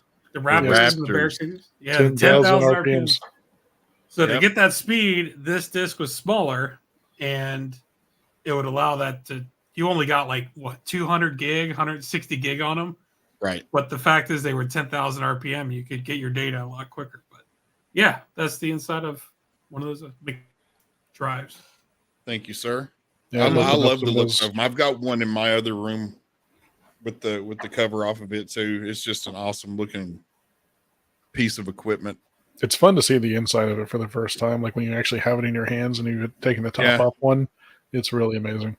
Yeah, think of it. It's the same premise of a vinyl record, really. If you think about it, you're just spinning and looking for that media, and then you can store and wipe it. But I do have to say, I'm always amazed with how mechanical hard drives work, because it's just manipulating magnetic fields on there, and the fact that that is holding all your data, and it has. I mean, just if you think about it, just think long and hard about it. Like that's holding all of your digital media or digital whatever on there. It's just manipulating magnetic fields. And when you look at the read bar on that thing, it is what.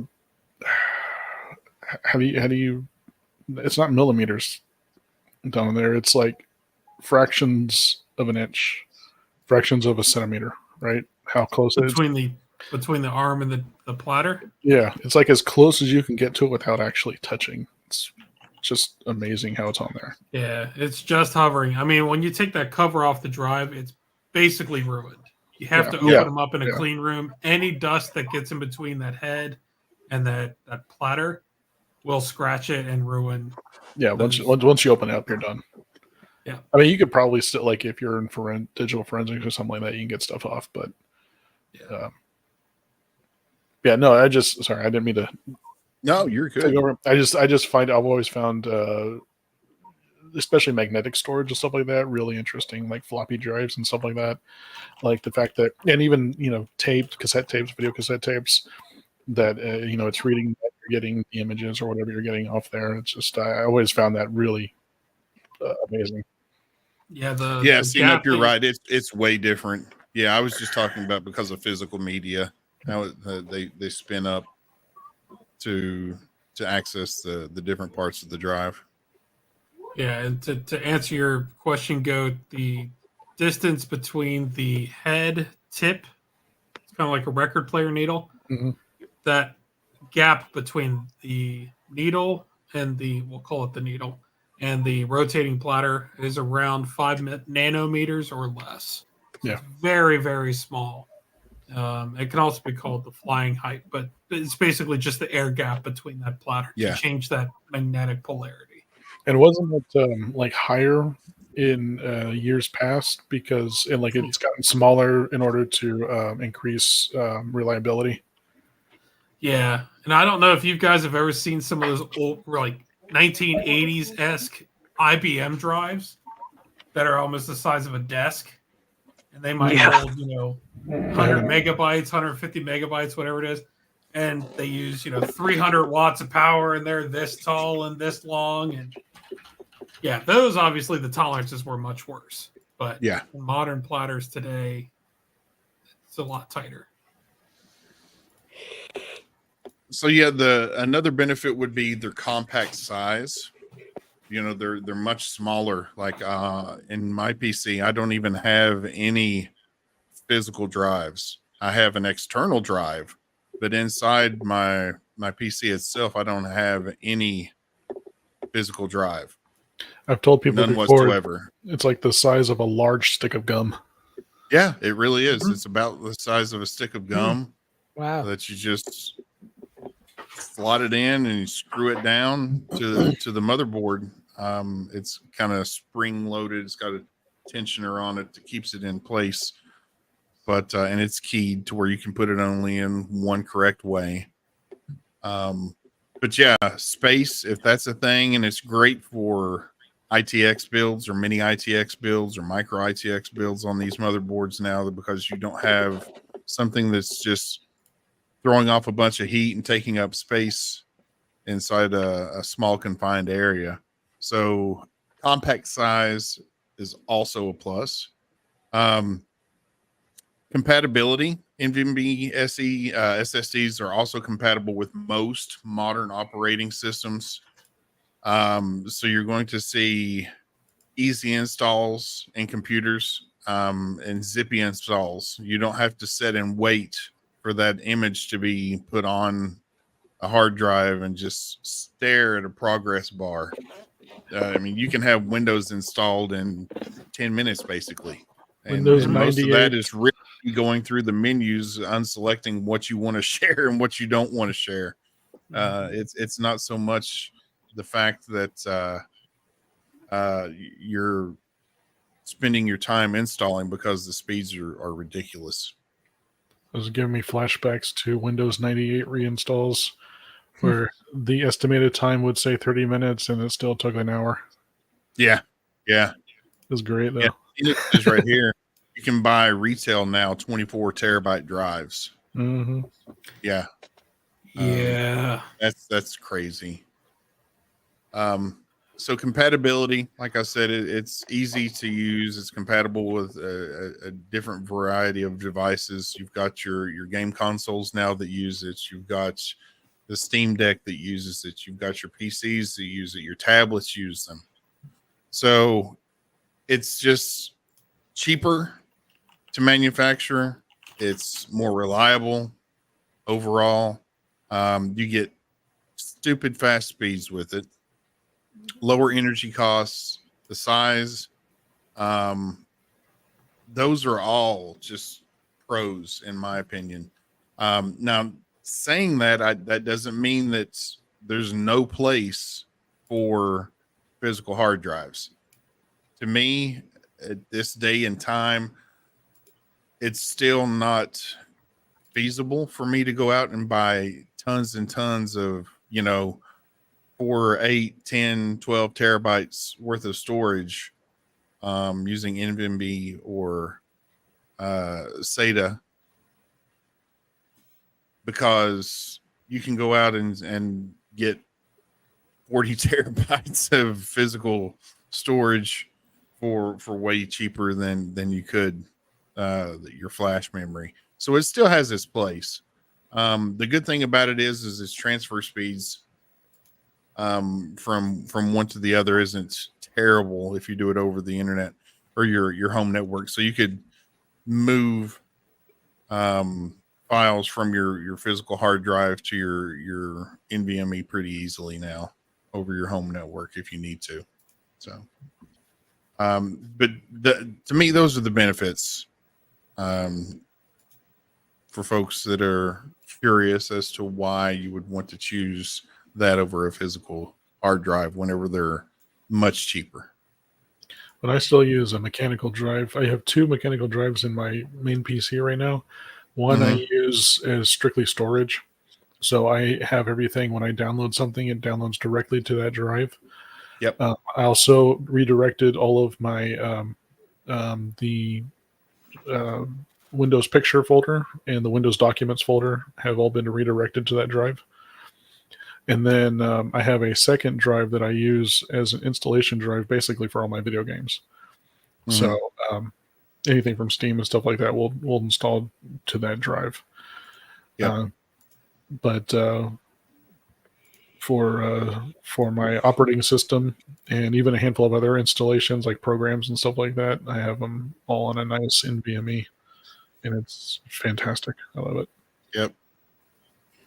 That's the way that I do it. I have one NVMe just for the OS. Mm-hmm. And then I have another NVMe for mass storage for my games that I do all the installs on there. And then I have an external drive that I hook up for anything, like music, pictures, things like that don't require as much space, but I have a plethora of space for it. And I think I've got, it's an 8 terabyte external hard drive is what I've got hooked up to mine right now. Yeah, I started installing. Like, I still don't install games on there just because. But I started installing programs and stuff on the NVMe strictly because I'm like, I have all this room and all I have is the operating system, and it's going to waste. So Yeah, it's like if you're getting a bigger drive, which they're very affordable these days, might as well make use of it and install stuff onto it. I'm all about the speed. Yep. Whatever it's going to take. Sorry, I have to say, like, speaking of speed, with that, when I installed Photoshop on there, the speed, like the startup speed on that, it's night and day difference between that and a mechanical drive, because it was just like loading so much crap onto that. And then when I did it later on onto this, it's just it would take a good almost 2 minutes to load up Photoshop on a mechanical hard drive versus this. It will load it up within a few seconds. Mm-hmm. So that was a huge eye opener for something like that. Yeah, for me, I built my computer. I've touched on this in the previous podcast. I built my computer back in 2016, back when the 1080 was brand new. And I've got the Samsung 980 Pro M.2 drive. It was the 1 terabyte. Mm-hmm. And that was new to market. 1 terabyte just came out as far as M.2. Spent over $600 on it back then. And because it's the Pro version, it has like a 5-year warranty on it. And I actually had mine die. There was a bug with the early versions where the controller on board would basically have a counter, and that once that counter ran out, the drive would just die. I had that issue with mine about 2 years ago, and my computer just froze, locked up, rebooted it, and the drive was dead. Thankfully, it was covered under warranty, so I got that exchanged out. But as far as mass storage goes, I run quite a few NAS systems at my house, and I only use mechanical drives because I run everything in RAID, so I can easily saturate a gigabit connection. And majority of the time, aside from file transfers, it's just for media playback on my Plex server. Mm-hmm. And you're not going to saturate a gigabit. Yeah. Well, right now, I built a ZFS pool for a true NAS scale, and then I've got a Synology 8-bay NAS system as well. So one is going to use, let's see, what do I have there? And the Synology, I think it's RAID 10. And then on the Synology, or I'm sorry, the TrueNAS scale box, I'm using a Dell R510, which has the 3.5-inch bay drives on the front, has 12 of them. I have that pool pulled together in a ZFS pool. And then I also have a NetApp 4346, what they call JBOD, JBOD. It stands for just a bunch of disks. And it's literally just a 4U, which is a measurement in a server rack. A U is a unit. It's a 4U rack case, essentially, or a shell that slides in, and you can hook it up to a computer, and that'll store 24 drives. I haven't used that one yet, but I've been waiting for the mechanical drive prices to come down on the 20 terabytes. And again, for mass storage, I won't call it cold storage because that's not what it is, but for occasional NAS accessing and file storage and media playback, mechanical drives all day long. The best bang for buck still. Yep. Haven't done one in years. And you don't need the speed for mass media, stuff like that. When you're watching movies and things like that, you don't need the speed that a non-mechanical drive will offer you. Right. Yeah, and to save money, this is a quick little tech tip, to save money on buying hard drives, mechanical drives, for even in your computer, if you just want a single drive, or if you're building a NAS and you want to save some money on what I would call re-stickered or rebranded versions of the NAS approved drives or desktop drives, is you can buy, I like to buy the Western Digital MyBooks Essentials. They're basically, depends on the drive that you get, but they're similar to the Western Digital Reds, which are similar to NAS systems. or NAS hard drives are made for heavier vibrations and movement. But you could take those Western Digital MyBook Essentials. They call it shucking, where you take the shell off, take the drive out, and it's just a hard drive inside with a little controller board. And because it's bundled as an external, it doesn't come with the extra warranties and stuff. But I mean, you're kind of voiding that warranty anyway when you open it. You could put it back together if you're careful, but that's besides the point. You're saving about I think it's a 12 to 16 terabyte drive. You're saving about $60 to $70 per drive. So it's huge when you're building a NAS system. So now, the JBOD that I was talking about, the NetApp, that'll hold 24 drives. So it's got nothing in it now, but if I want to fill it all in one bang, and I want to do 24 drives of 20 terabytes each, I'll get over 400. I think it's like 450 gigabytes is a ZFS pool, and 450 gigabytes, 450 terabytes in one pool array. But I mean, when you're saving $70 ish per drive, that's a huge savings. So that is one little tech tip. You could just shuck those drives right out of the plastic and save yourself some money. There you go. That's all I had. I just wanted to cover the benefits of the NVMe over a physical mechanical hard drive. Go ahead, Goat. Toxic. Your little tip that you just said, which you told me about previously. I was looking through Black Friday trying to see if there's any good deals on it. I don't know. It was like the lowest it got was like $275. So I wasn't entirely certain if that was a good deal or not. I forget for a 20 terabyte. I forget the size of it. I want to say it was a 20 terabyte. Yeah, if it was 20 terabytes sub 300, it's a good deal. Right. I'll have to be on lookout for it again. But yeah, I was looking at that. I was like, wonder if I want to do that right now or not. Mm-hmm.